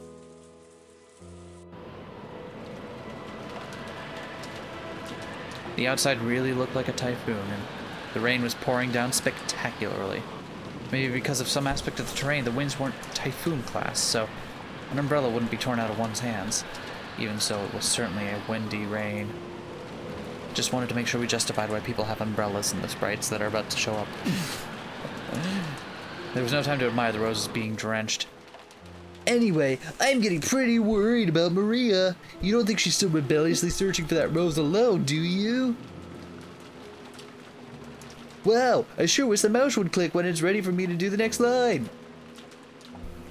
There it goes. I wonder. Surely she wouldn't do it in all this rain. At least, I wish I could believe that, but Maria-chan sometimes gets really stubborn and intensely straightforward. We hadn't worried much, thinking that Aunt Rosa had taken her back to the mansion. However, when Canon-kun had come from the mansion to call us and thought Maria was here, we got a little worried. I did not see her in the mansion, so I was sure she was here, sir. After all, Rosa-sama was taking a nap. What did I tell you about Sir? That was... Okay, you didn't see her on your way over here. I perfectly understand your objections to the word, but you've also got to understand that it's just an affectation of my... I call literally everyone sir, okay? Oh yeah, and I'm sure you call everyone dude and man also, right? What? Who uses those words? What do I look like, a fucking prinny? Hold on, let me do my prinny impression. Oi! It's time to go around and find him, dude! I sense we're getting nowhere with this argument. Madam. Thank you. You're quite welcome. Although, when I'm speaking at general groups, is it still okay for me to use sir in that case? Fine. Okay. Listen, I'm not a transphobe, I just... I don't know why we're painting canon like this, I'm so sorry. I'm sure Cannon's pretty nice, but unfortunately for him, this seems to be where it's gotten to. Did you read your? I did, in fact, read my lines some time ago. I've been waiting for you to do it. I've been waiting for you to go ahead to the next thing. Oh, okay. My apologies. I opened my umbrella and ran as fast as I could, so I did not pay much attention. If you had cut through the rose garden, taken the shortest line between the mansion and the guest house, then you would have just barely missed the place where Maria had been looking for her rose. And it was raining this hard, too. It certainly would have been possible for Cannon couldn't have failed to notice her. Instead of arguing around here, it'd be faster to just check it out directly. Aniki, why don't we race over there? Oh, do you think you can beat me now that you've been growing for 6 years? Yeah. Okay, let's settle this. Yeah, I do. Go. I have not been growing for 6 years. I've been frozen in time. What? That's really weird. Yeah, I know, right? George, Aniki, and I flew out into the rain. Wait, they can fly? Apparently we can fly. Jessica and Cannon-kun followed us. Maria! If you're there, answer me. Maria! It's Aunt Rosa. Hey, Aunt Rosa! When George Aniki called back, Aunt Rosa jumped at him and grabbed onto him. Where's Maria? Isn't she with you? No, we didn't meet with Maria-chan after that. Maria! 6 years ago, Maria was 3 years old. She was cute and pure kid who just accepted whatever anyone said. But 6 years have passed since then. She's 9 now, and experiencing the ups and downs of life should have taught her something. But Maria, telling me you're still as innocent and pure as you used to be? Maria!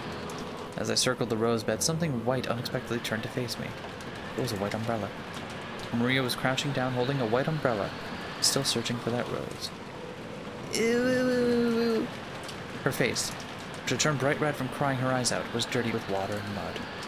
It was a truly pitiful sight. Maria, are you still looking? Ew, can't find it. Can't find my rose. Ew. Maria had probably been here since the rain started pouring down. Who gave her the umbrella? It was probably a magical umbrella from her bag of magical tricks. Did they have like collapsible umbrellas and shit like that in the... Almost certainly. Are we about to learn when the collapsible umbrella Yes, I want. I think so. Because if that's not a thing yet, then I want to know where this umbrella came from.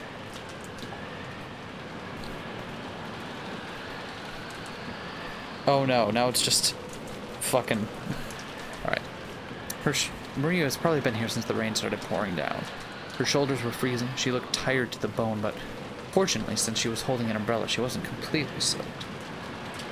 The umbrella probably came from the handbag Maria always carried around. Thank goodness. Seriously, thank goodness. Well, Battler seems to think it came from her bag, so whatever. Battler-kun! Thank goodness you found her! Maria!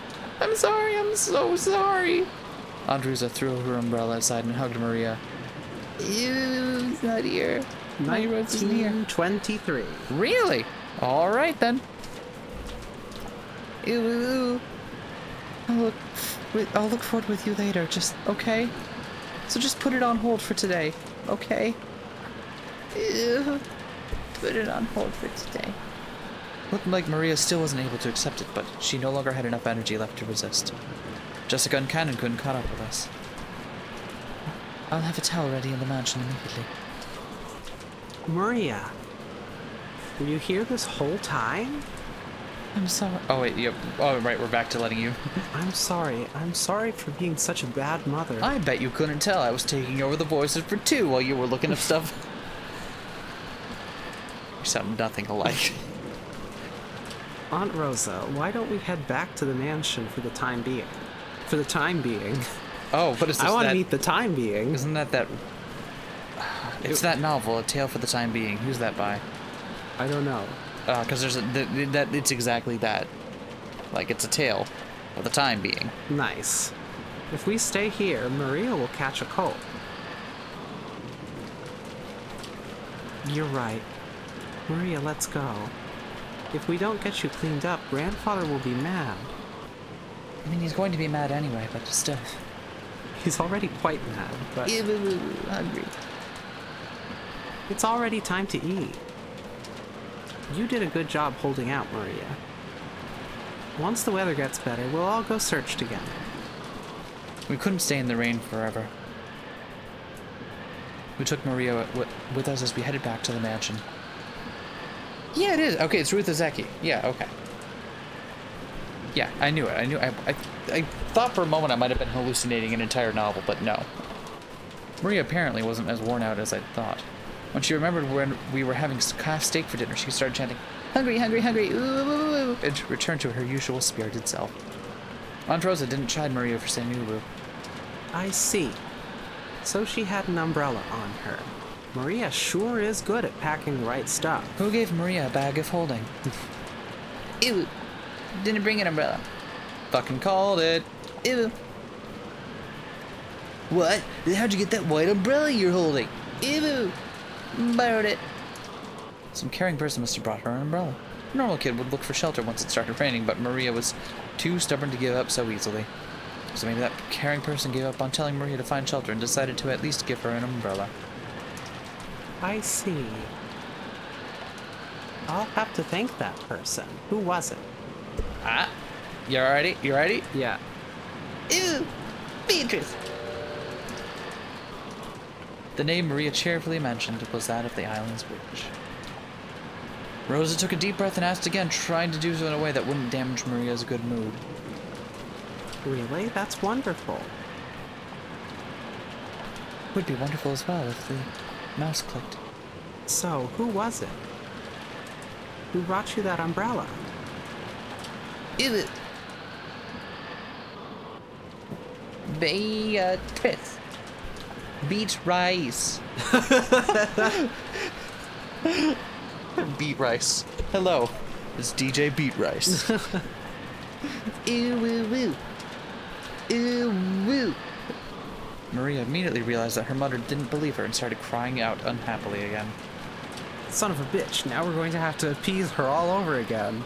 It's going to take another half hour. So Rosa stopped pursuing the subject. Probably be faster just to ask whoever lent Maria the umbrella during dinner rather than ask Maria herself. You okay? Ow. Yeah, I feel you.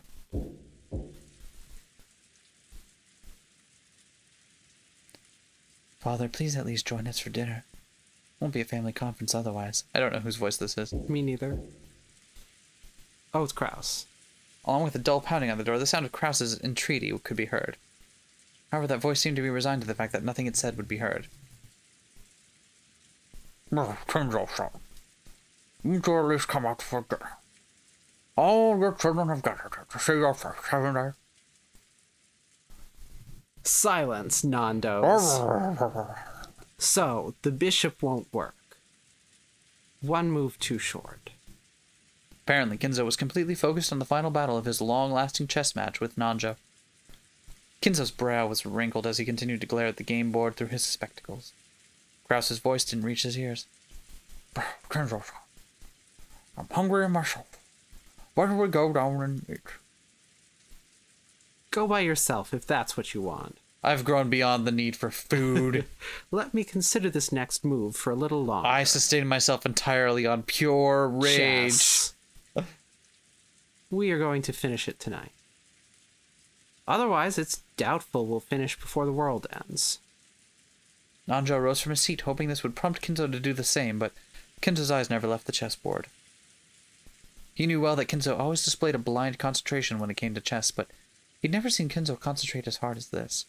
The world ends, huh? Alright. Just gonna wax over that real quickly. Okay. It was almost as though Kinzo was telling the truth, and there would never be another chance for them to continue their contest if they didn't finish it tonight. It seemed that no matter how obstinately he called out to Kinzo, it wouldn't reach the latter's heart. Nanjo gave up and headed to the door that Krause was still banging on. The door to the study opened. Krause was taken aback, thinking that maybe Kinzo was actually coming out. However, Nanjo was the one who appeared, and Krause let out a sigh of relief. Dr. Nanjo is father. I'm so sorry. I could not be at first. Right now, his room is kind of sounds so well. Nanjo shook his head with a completely defeated expression. Kraus raised his fist once more and banged on the door, shouting, Father, can you hear me? We're heading down now, but please join us anytime you feel like it. All of your children are waiting for you. His voice was very loud, and he was making a racket pounding on the door. There's no way it wouldn't reach Kinzo's ears. Well, it certainly was reaching him. But he ignored it anyway. However, unlike the time he'd been called down for lunch, he didn't fly into a rage. By now, Kinzo was calm at heart, almost as though he had been taken on a philosophical view and turned himself over to fate. Neither dinner nor the faces of my children interest me in the slightest. I will only leave here if Beatrice is resurrected, or if I am chosen as a sacrifice for the key. The demon's roulette has already started spinning. What meaning does dinner have at this point? As though the painfully loud banging on the door completely failed to enter his hearing, Kinzo silently thought about his next chess move, still in his philosophical state. Ohio. I like how he doesn't care about dinner, but he does care about finishing this chess game. He's like, okay, listen, none of this matters, but chess is serious business. Just as always, Kinzo's figure couldn't be seen anywhere in the dining hall. Kraus, wearing a bitter smile, returned with Nanjo. Father says he's still not feeling well. He truly regrets missing this once-a-year opportunity to sit together with his gathered family. Ava and Rudolph sniggered. Even Kinzo's personality, there was no way he'd show signs of regret. And none of his relatives showed any regret at his absence. Then why don't we start dinner, nah? Goda, begin. Certainly. What voice did we give Goda? I don't fucking remember. Most of the, just so do it live. I'll be right. Most of the time, I remember what voices I give based on what their character design looks like and their faces and whatnot. Yeah. Because I'm like, oh, this voice goes with this personality, but I love the hands. Look at that hand. That hand is so good. It has 3 fingers and a thumb. That's an impressive. No, it's more like a mitten type deal. Yeah, that's just a flesh mitten. That's great. I love it. That's amazing. Well done, if you'll allow me. When Goda was told to start the family conference dinner, his biggest time to shine of the whole year, he nodded with a broad grin. May I ask who lent Maria an umbrella? When Rosa timidly cut through the silence of the dining hall, everyone noticed. An umbrella? What's this about? You daft bitch. A short while back, Maria was in the rose garden when it started raining. And she apparently borrowed a white umbrella from someone. I wanted to thank them. Wasn't one of us. After you left, we moved to a different room and had a friendly chat the whole time. Haha, that's right. You remember this voice. Even after that, the siblings had a real friendly chat. Real friendly-like. The word friendly fell awkwardly from Hideyoshi's lips. So even those who hadn't been present could tell the conversation hadn't been a pleasant one. At the very least, it couldn't have been me, Eva, Rudolph Hideyoshi-san, or Kirie-san. We were together the whole time, even after Natsushi-ne-san and Rosa-san left. The whole time until the meal started. I don't know why I have a British accent now, but I apparently had to. Nia-san went up to the study to watch Genshi-san to call father. At that time, the rest of us went straight to the dining hall. So it wasn't one of us. I bet it was Blue. Blue's the imposter. Couldn't have been a servant kind enough to lend an umbrella? So, was it you, Goda-san? I've been in the... No, wrong voice. I've been in the kitchen the whole time preparing. My sincere apologies. Goda looked slightly disappointed about missing this chance to show off.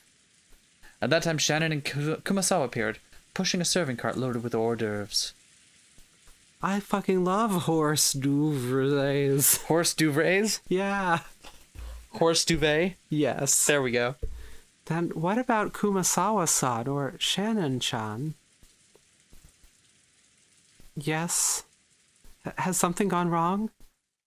Almost assuredly. I hope nothing goes wrong. It might drive me to pick up my smoking habit again. Not giving him back.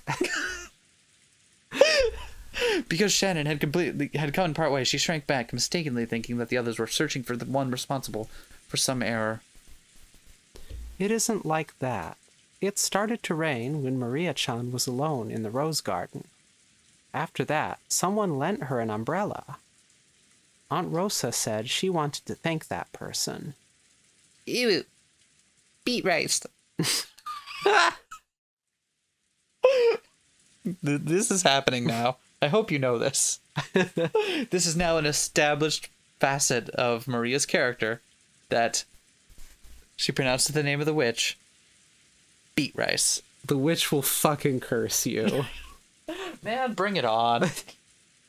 Honestly, it can't get worse than just this entire year has been.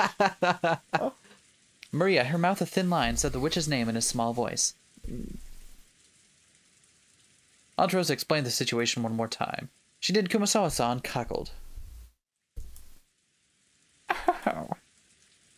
It wasn't us. Shannon-san and I were preparing the rooms together, so we did not go outside.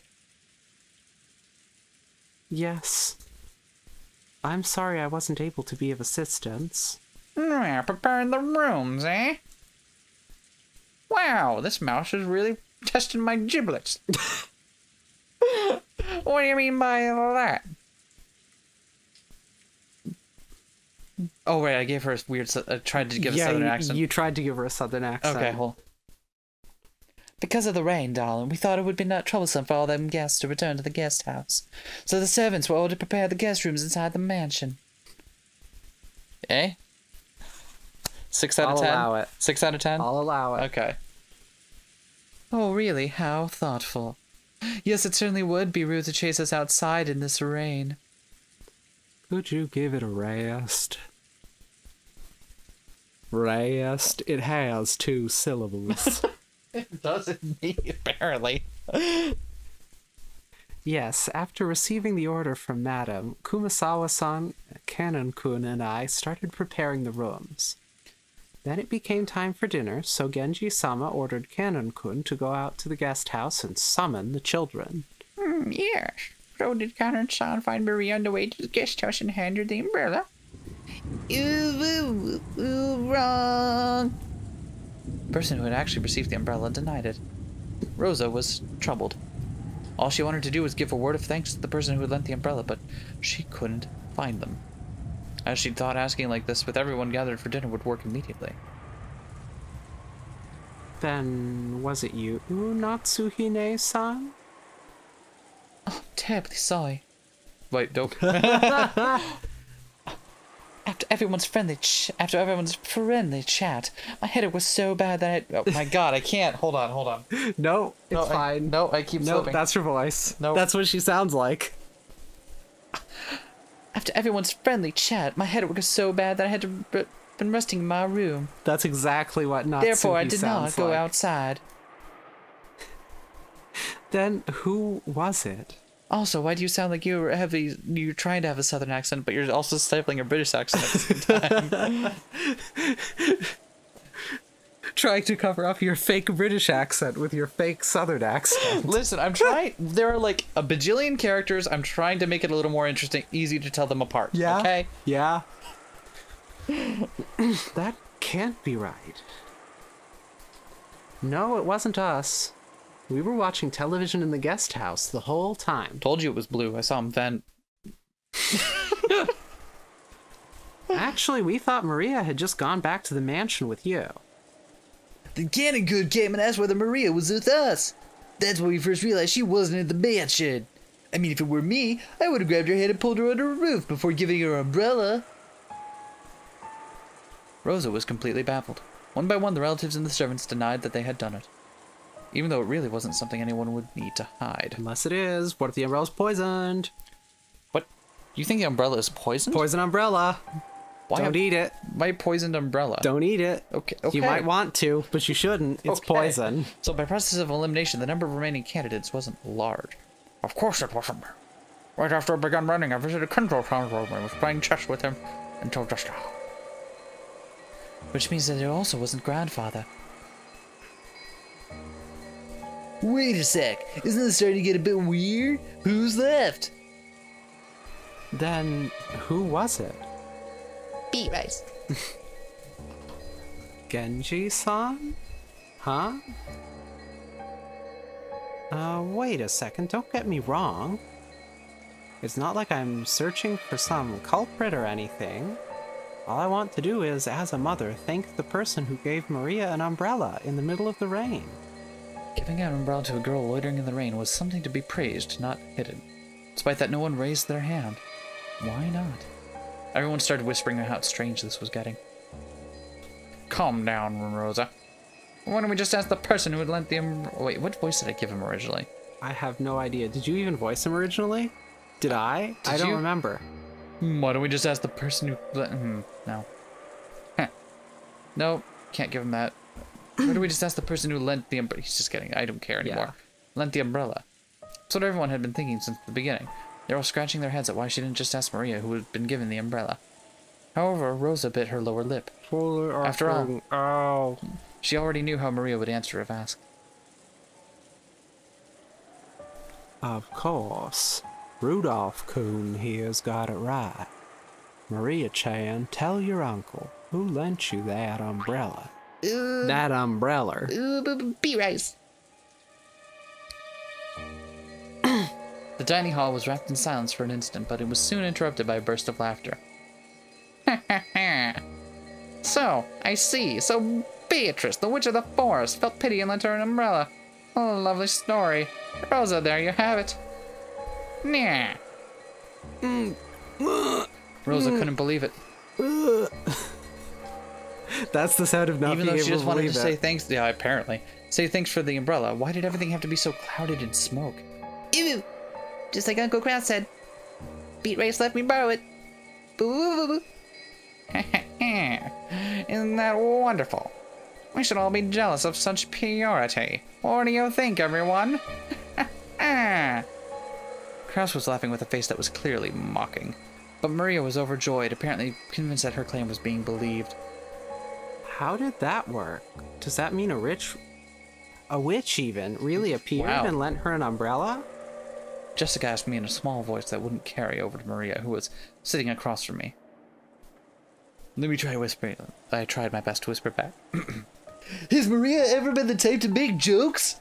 Wow, what a good whisper. Thanks! Loudest one I've ever heard. If we'd heard that kind of story pop out of my old bastard's mouth, we would have just taken it as another joke. However, it was hard to explain away like that when Maria said it. This was getting pretty unnerving. No way, Maria never jokes. She's always been frank. I don't know why we're calling her Maria. She's the sort who'd believe any joke, even ones normal people could instantly tell were lies. I've never even heard of her cracking a joke. Aunt Rosa probably knew that better than anyone. It appeared that because of this weird situation, she had no idea what was going on anymore. So if Maria says she... Okay, let me try to whisper now. So if Maria says she borrowed an umbrella from Beatrice, that must mean it really was Beatrice? We're talking about Maria here, so I can't think of it as some kind of metaphor or joke. It might be best to take what she says at face value. Then what's going on? You saying that Genji-san or someone put on that fancy dress in the porch and gave Maria the umbrella? Absolutely, it was definitely Genji. Well, you got me. I'm not sure about that. Actually, that's what I want to know. Jessica shrugged jokingly, but her expression didn't completely match her attitude. Once the hors d'oeuvres were...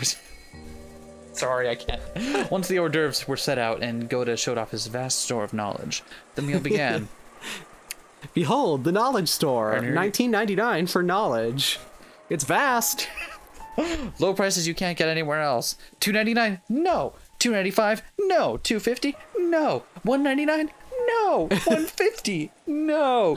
99 cents? No. Free? No. No. God, what was that from? Oh, it was the Dr. Tran sketch. The Oh, I was thinking of something else. I was thinking of the Wasn't there a Tim and Eric sketch with prices? Yeah, where they were just doing numbers. Yeah. Yeah. That's what I was thinking. Yeah, that's another good one. A couple of casual chats broke out here and there, but they seemed somehow distant, and the meal ended up being so quiet that you couldn't ignore the sound of the rain sneaking into the dining hall. Fuck, the rain snuck in. Morning. Kumasawa and Shannon, pushing the serving cart, ran into Genji and Cannon on the way into the kitchen. Fucking ouch, you ran into us. Oh, I'm so sorry. Oh, it's Genji-san. Did you lend Maria-san an umbrella? An umbrella? What are you talking about? What the fuck is an umbrella? What the fuck is an umbrella? Well, you heard that when it started raining, Maria-sama was alone in a rose garden. Seems she borrowed an umbrella from someone there, but we don't know who it was. Oh, it wasn't me, sir. After all, I actually thought Maria-sama was in the guest house. When Basila-sama first found her, she was already holding a white umbrella. My apologies, but it was not me either. Then could it actually be the master? Just open up his window, chucks her umbrella. Maria, catch! Right in the fucking head. Both in the dining hall and right here, everyone had stated that they hadn't done it. That left only Kinzo, but... Maybe he went walking down the corridor for some reason, and he just happened to see Maria-sama in the rose garden without even an umbrella. The master is not particularly fond of Maria-sama. I agree. I can't imagine that for Maria-sama's sake he'd go all the trouble of descending the stairs with an umbrella. Oh my, how troublesome. How does he shit up there? Does he have a bathroom attached to his own? Oh no. Does that mean the one who lent Maria-sama an umbrella really was Beatrice-sama? Oh. Kumasawa laughed, just like the relatives in the dining hall who had laughed it off. She couldn't think of any other way to break through the smoke, veiling the current situation. Just then, the crisp sound of hands clapping twice rang through the hallway. Oh, that was very crisp. Nice job. They all turned around at once to see Goda coming out of the dining hall. Okay, everyone. Serving a dinner, proper timing while seating the table is essential. Well, let me decide where he's ending up here. Please see immediately to setting out the soup. Genji-san, the women are in the middle of an important job, so please don't get in their way. Ellipsis. Cannon glared at Goda for being rude to Genji, a person Cannon respected. Genji, realizing this, patted Cannon once on the shoulder as a warning. Cannon reluctantly turned away and returned his expression to normal. Obey Goda's instructions. Hurry, prepare the dinner table. Come now, there's no time. Don't dawdle. Hurry. Goda grabbed the serving cart from Shannon and steadily pushed it towards the kitchen. Oh, and please allow us to return to the kitchen. After all, Goda-shan's temper is very short. Please excuse me as well. As I am fucking useless. Kumasawa and Shannon left. What? Wow, rude. Wait, she was saying that herself. Only Genji and Cannon remained. And also saying, wow, rude. Through the window, the darkness of the rainy night could be seen, along with the occasional thunderbolt. Sometimes even firewire or USB-C. Genji-sama. Did Beatrice-sama really return? I don't know. Shall I inform the master? That is not necessary. If she truly has returned, she will eventually appear before the master of her own accord. The more she is a fickle person, it would be pointless to report to the master only to find that she does not appear. I wonder if this means the master's ceremony has already begun. Probably. However, that has nothing to do with furniture like us. We must continue to return the favor we received from the master until our final moments. Interesting. Wow, we're totally gonna get sacrificed, aren't we? Yes, that is furniture's duty. Are they literally furniture? Is this like a animated object scenario? God, no, it's no. That would be one weird strand too many. I don't know. I think that would rule. I mean, yeah, but they also seem to accept that, or at least he was accepting that, like, yeah, that means one of us could get sacrificed. Yeah. The thunder crashed once more. Except for those instants when lightning lit up the sky, nothing could be seen out the window but the darkness of night. Just as humans rule when the sun is up, those that are not human rule when the sun is down. The darkness of night that now surrounded Rokkenjima was ruled by another master, not the Ushiromiya family. Did this master take pity on Maria when she was alone and being pummeled by the rain in the rose garden, lending her an umbrella? Kenan looked at the rose garden's lights, dimly visible beyond the window. The dim lights weren't enough to illuminate the surrounding area. Looking at all those lights felt like making eye contact with the witch. Kenan forced himself to avert his gaze. If he didn't, it felt like his eyes would be absorbed by that light. Can the weather change how people act? You often hear stories about how things like atmospheric pressure can influence people's moods and physical health. For some time now, everyone had been struggling to clear the gloomy atmosphere, but any conversation was quickly cut off and, in the end, the dining hall was simply filled by the sound of the rain. Dessert was some kind of chocolate cake accompanied by a pear sorbet. Goto-san enthusiastically explained the recipe as soon as his final dish was presented, but I quickly forgot the details. Guest of honor, grandfather was absent. The weather was horrible, and the identity of the one who lent Maria an umbrella remained a mystery. When dinner ended, no one felt even one bit refreshed. It was too late now, but I realized painfully that taste wasn't the only important part of a meal. The whole atmosphere was also critical. Goto-san, the supposed conductor of this musical piece called dinner, did his best to enliven the place, dropping little jokes left and right. Why can't I hold all these jokes? But apparently not one of them succeeded. After taking orders for after dinner coffee, tea, and orange juice, he left for the kitchen.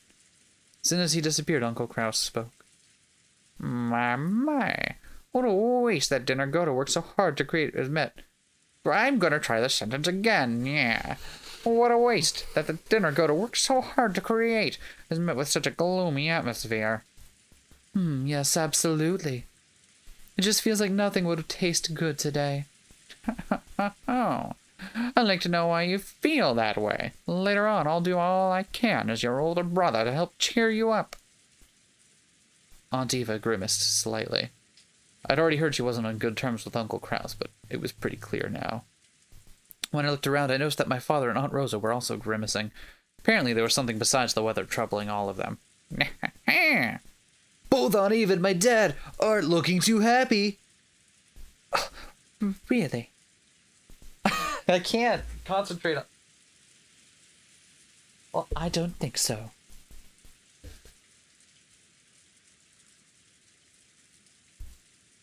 I asked Aunt Natsuhi, who was sitting on my right, but she seemed to be in a bad mood as well. She snapped back as if to say she was absolutely not interested. Well, our adult conversation got a little complicated. Oh, why'd you have to go around making things so complicated? It isn't something kids like you need to worry about, Bat-Lacoon. Ha ha ha. Isn't that right, Natsuhi-san? Kiri-san? Uncle Hideyoshi laughed as he spoke, but without his usual brightness. So I vaguely imagine just how complicated their adult conversation had become. On top of that, even Aunt Natsuhi and Kirie-san, the people he had directed his comment to, ignored him as though they hadn't heard anything. I didn't know what kind of conversation they'd been having while us kids were away, but it reminded me of how Dad said he had stomach cramps when we arrived at the mansion.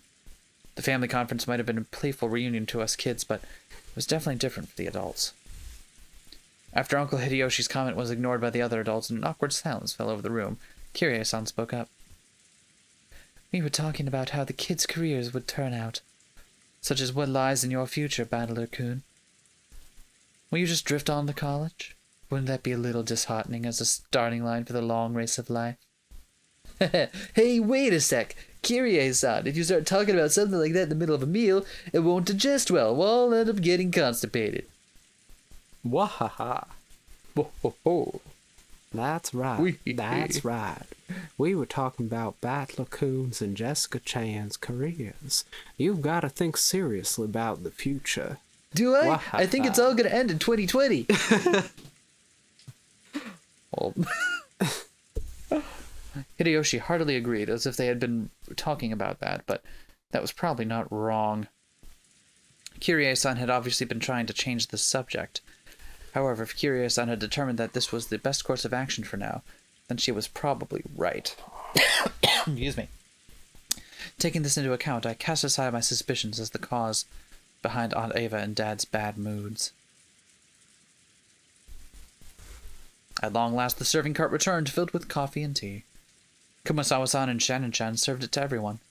Goda-san then explained that this concluded tonight's meal. If only the mood had been a bit more cheery, it might have been the best dinner in my life. It was a shame that this best of dinners couldn't have been had under the best conditions. Ew. George, Oni-chan, is dinner over now? Over? Yes.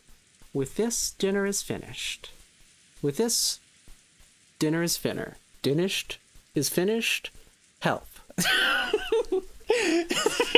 Help? I can't want words. What? Help? Mouth sounds. The sound. Hell no. Don't be rude. Stay in your seat and calmly drink up. Ew. Maria looked like she was really excited by the occasionally crashing thunder. Maybe she wanted to quickly finish eating and run over to the window. She had been fidgeting for a while, waiting for the meal to end. Some people are afraid of thunder, while others find it interesting, and Maria is apparently one of the latter sort. Therefore, when she heard from George Aniki that dinner was over, a huge smile broke across her face. She then rose from her seat, took out her handbag, which she'd set under her seat, never having left it even while she was eating, and began fishing around inside of it. No one seemed particularly concerned by this behavior. What's that? Where did you get it? George was the first to notice it. As he spoke, Battler noticed too. Ooh, this pack of smokes. Ooh. They saw that Maria was now holding a beautiful Western-style envelope. On the front of the envelope, the Ushiromiya family crest, the one-winged eagle, The one-winged was done in angel. gold leaf. Jesus Christ. Furthermore, the fact that it was sealed with dark red wax made it clear that this wasn't something Maria could have brought as a prank. Ooh, getting invited to Smash Bros. Maria-chan, what is that? It seemed that Natsuhi had also noticed the strangeness of the envelope Maria was holding. Her voice sounded too serious for someone admonishing a small child, so the relatives around us finally noticed too. What happened, Natsuhi-ni-san? What is that? Maria, where did you pick that up? Oh, that envelope has Kenzo-san. When Nanjo muttered that, even us kids could understand why everyone seemed to be frozen solid. The envelope that Maria held was one of the Ushiromiya family head's custom-made envelopes for private use. In other words, it could only mean one thing. This envelope contained a message from Kinzo. Oh, what does an envelope like that doing here? And now that is an interesting thing to come jumping out at us. Just let me have a peek. Ooh. No, wait, I'll read it. I was told to read it to everyone. Uncle Hideyoshi tried to snatch the envelope out from Maria's hands, but she protected it as though hugging it and wouldn't let it go. Hideyoshi-san, you can't use force against a child. Everyone knows that. Right, Rosa? Maria-chan, where did you get this envelope from? Ooh. Got it from Beat Rights. Wouldn't you give me the umbrella? Told me to read it to everyone after the meal was over. I am the witch's messenger. Ew. Me messenger? The almighty witch of the island sure does like to mess around. Battler tried to joke about it, but no one laughed. I wonder what's written inside of it. Maria-chan? Ew. Gonna read it. Ew. Maria casually opened the envelope. It was sealed with only wax, so she just had to remove the sealing wax to open it. That sealing wax fell onto the desk. Hideyoshi hastily picked it up and stared fixedly at it. And then set it in the center of the table where Natsuhi, Kirie, and Nanjo stared at it. Imprinted in the sealing wax was the one-winged eagle, which was the Ushiromiya family crest and also Kinzo's personal crest. Oh, this is the family head's personal crest. That was my line. I know it from the letters I received from Kenzo-san before, but that I don't this is wax seal. But aren't there several things in this mansion bearing that crest? For example, if there was some kind of stamp for wax seals, couldn't someone other than Kinzo have used it? No, Kenzo-san would always use a ring on his finger. Proof of the Ushiromiya family history when he showed the work. The shape and the complex design is definitely Kenzo-san's too. But he saw him throw that ring out the window. Did anyone see him throw it? No, I mean, we did. We did. The audience, like, we saw him throw the wax seal ring out the window. That's true. Interesting. Yeah, that's not necessarily so. Anyone in the family must have received a letter from father at least once. You can't eliminate the possibility that someone used that wax as a model to create a fake seal. Pass themselves off as father. Wow, that's a weirdly specific thing to hypothesize. Don't worry, I've tried it. It is not practical. I agree with Anarchy. No matter how much the seal resembles Dad's, you can't prove that it's the real thing. That doesn't prove this envelope came from him. I absolutely agree. I cannot approve of arbitrarily deciding that this leather came from Father, based solely on the wax seal. Dr. Nanjo, couldn't you use a bit more discretion with your vague words? I apologize. It's my place to speak. One after another, all the siblings from Kraus on downwards rejected Nanjo's statement, saying that the envelope Maria held wasn't necessarily from Kinzo. They were afraid. They feared from the bottom of their hearts that Kinzo's intentions were written in there, and that it might be some announcement regarding the inheritance that would be decidedly unfavorable to them. Maria, the person who gave you that envelope was the same person who lent you that umbrella, right? I don't know what uwu means. Is it true? Yes. Ew. So in other words, the witch, Beatrice, gave Maria-chan that envelope along with the umbrella. Maria nodded forcefully. I agree with my husband. It is a dubious letter handed over by some suspicious person. It isn't even worth reading. There's nothing wrong with just reading it, right? Ballard said it to Jessica in a small voice, trying to act tough, but Nasi heard him clearly and glared at him with threatening eyes. And then, Beatrice told you to read it right after the meal was over, right, Maria? It's okay, everyone. This envelope didn't come from Grandfather, but from Beatrice. Regardless of who actually wrote it, why can't we just hear what's inside before we decide? That's right. Even if Father didn't necessarily write it, I'd still like to know what's written inside. Maria-chan, I'm sorry I tried to take it from you by force earlier. I apologize, so we read it loud in front of everyone? Maria, read it. But be as sparing with the uwus as you can. As all the relatives stared fiercely at Maria, she spread the letter open with a rustle. Do you think it really did come from Dad? Impossible. Whenever Father has announced something to us in the past, he would always send Genji if he didn't do it directly, correct? I cannot believe that he would use such a joke-like approach. That's right. Maria, a messenger? And why are we all speaking with brackets? It's really weird. I wonder if it's a specific kind of word that doesn't have an exact translation. I wonder if it will become clearer as we go along. Maybe. That definitely doesn't suit Father's tastes. Rosa, could this be Maria-chan trying to surprise us by putting on some kind of show?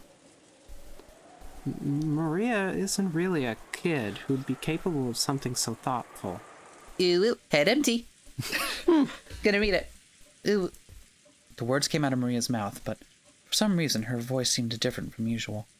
Everyone went suddenly silent. Welcome to Rokkenjima, members of the Ushiromiya family. I am Beat Rice, the alchemist for this family employed by Kinzo-sama himself. Ah, that's crazy. Quiet.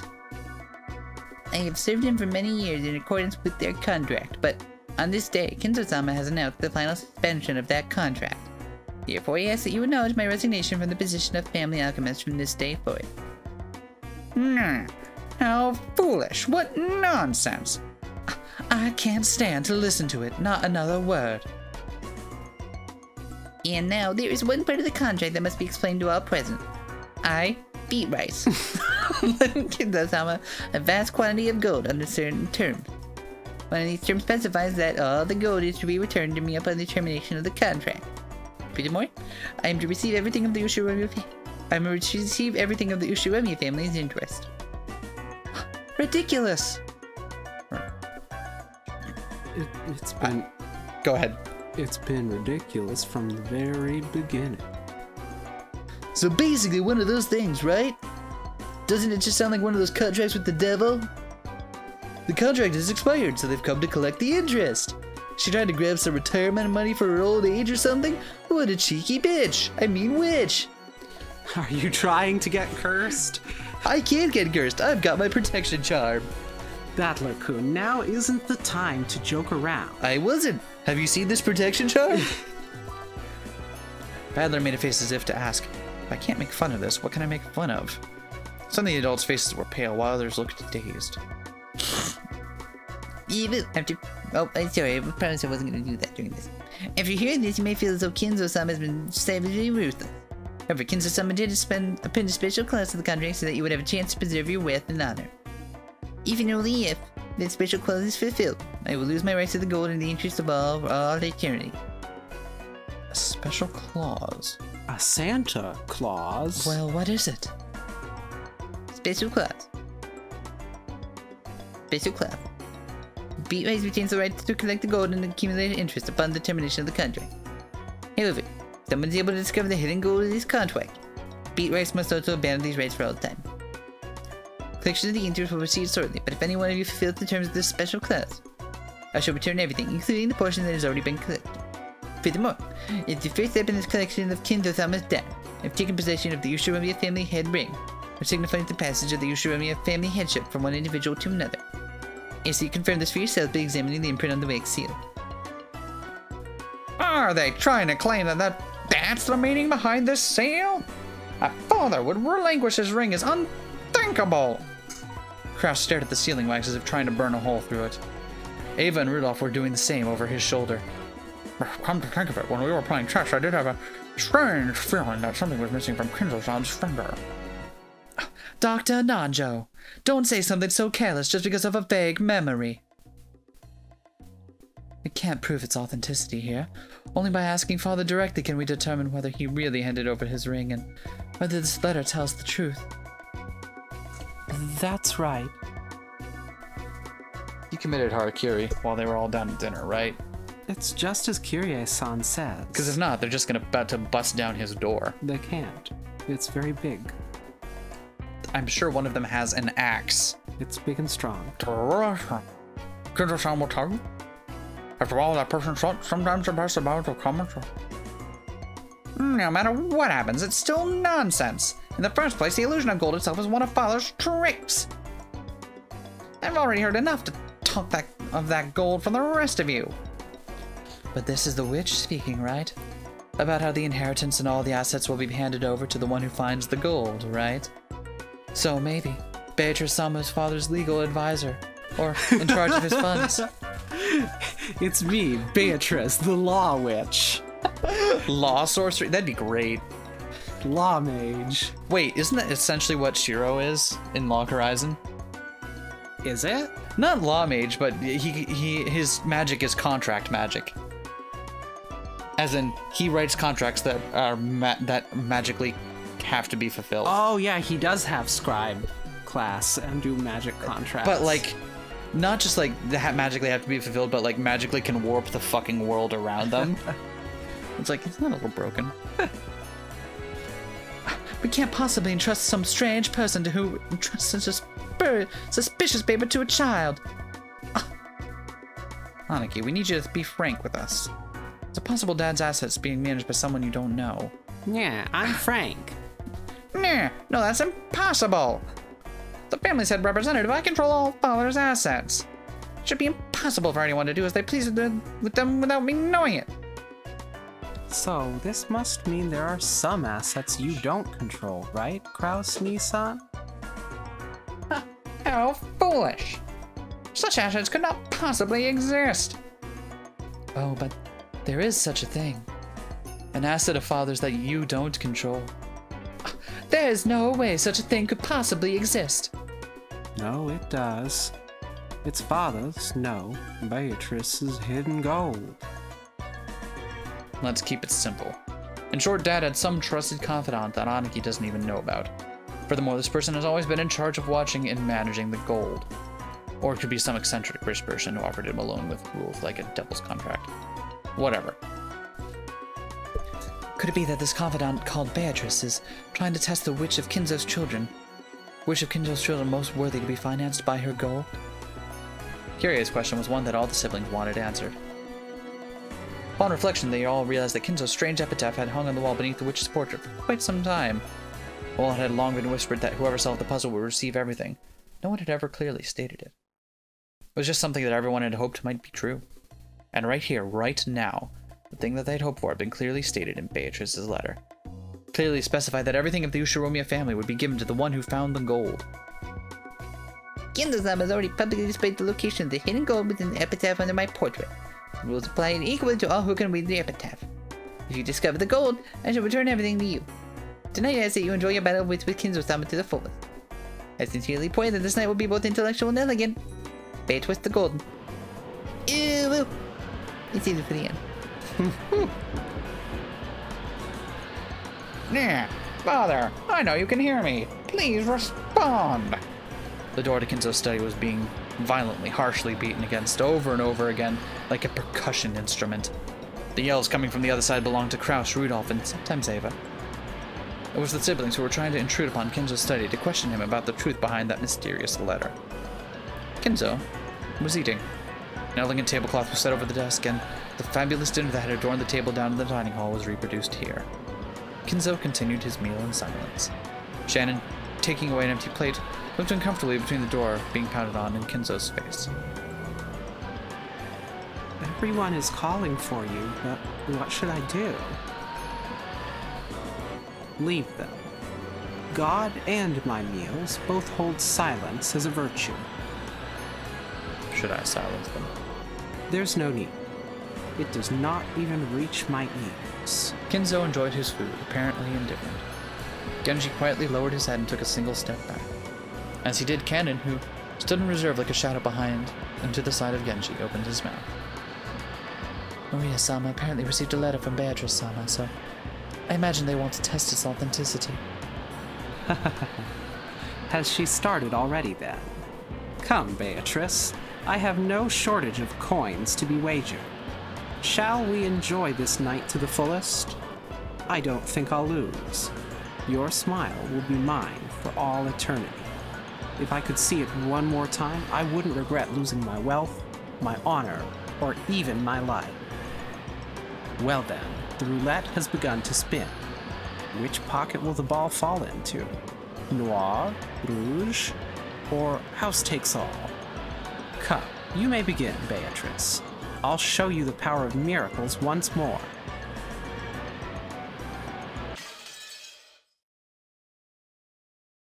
Nice. Shit's heating up. Indeed it is. Oh, I think this is a good place to break an episode. Okay. Let's do it.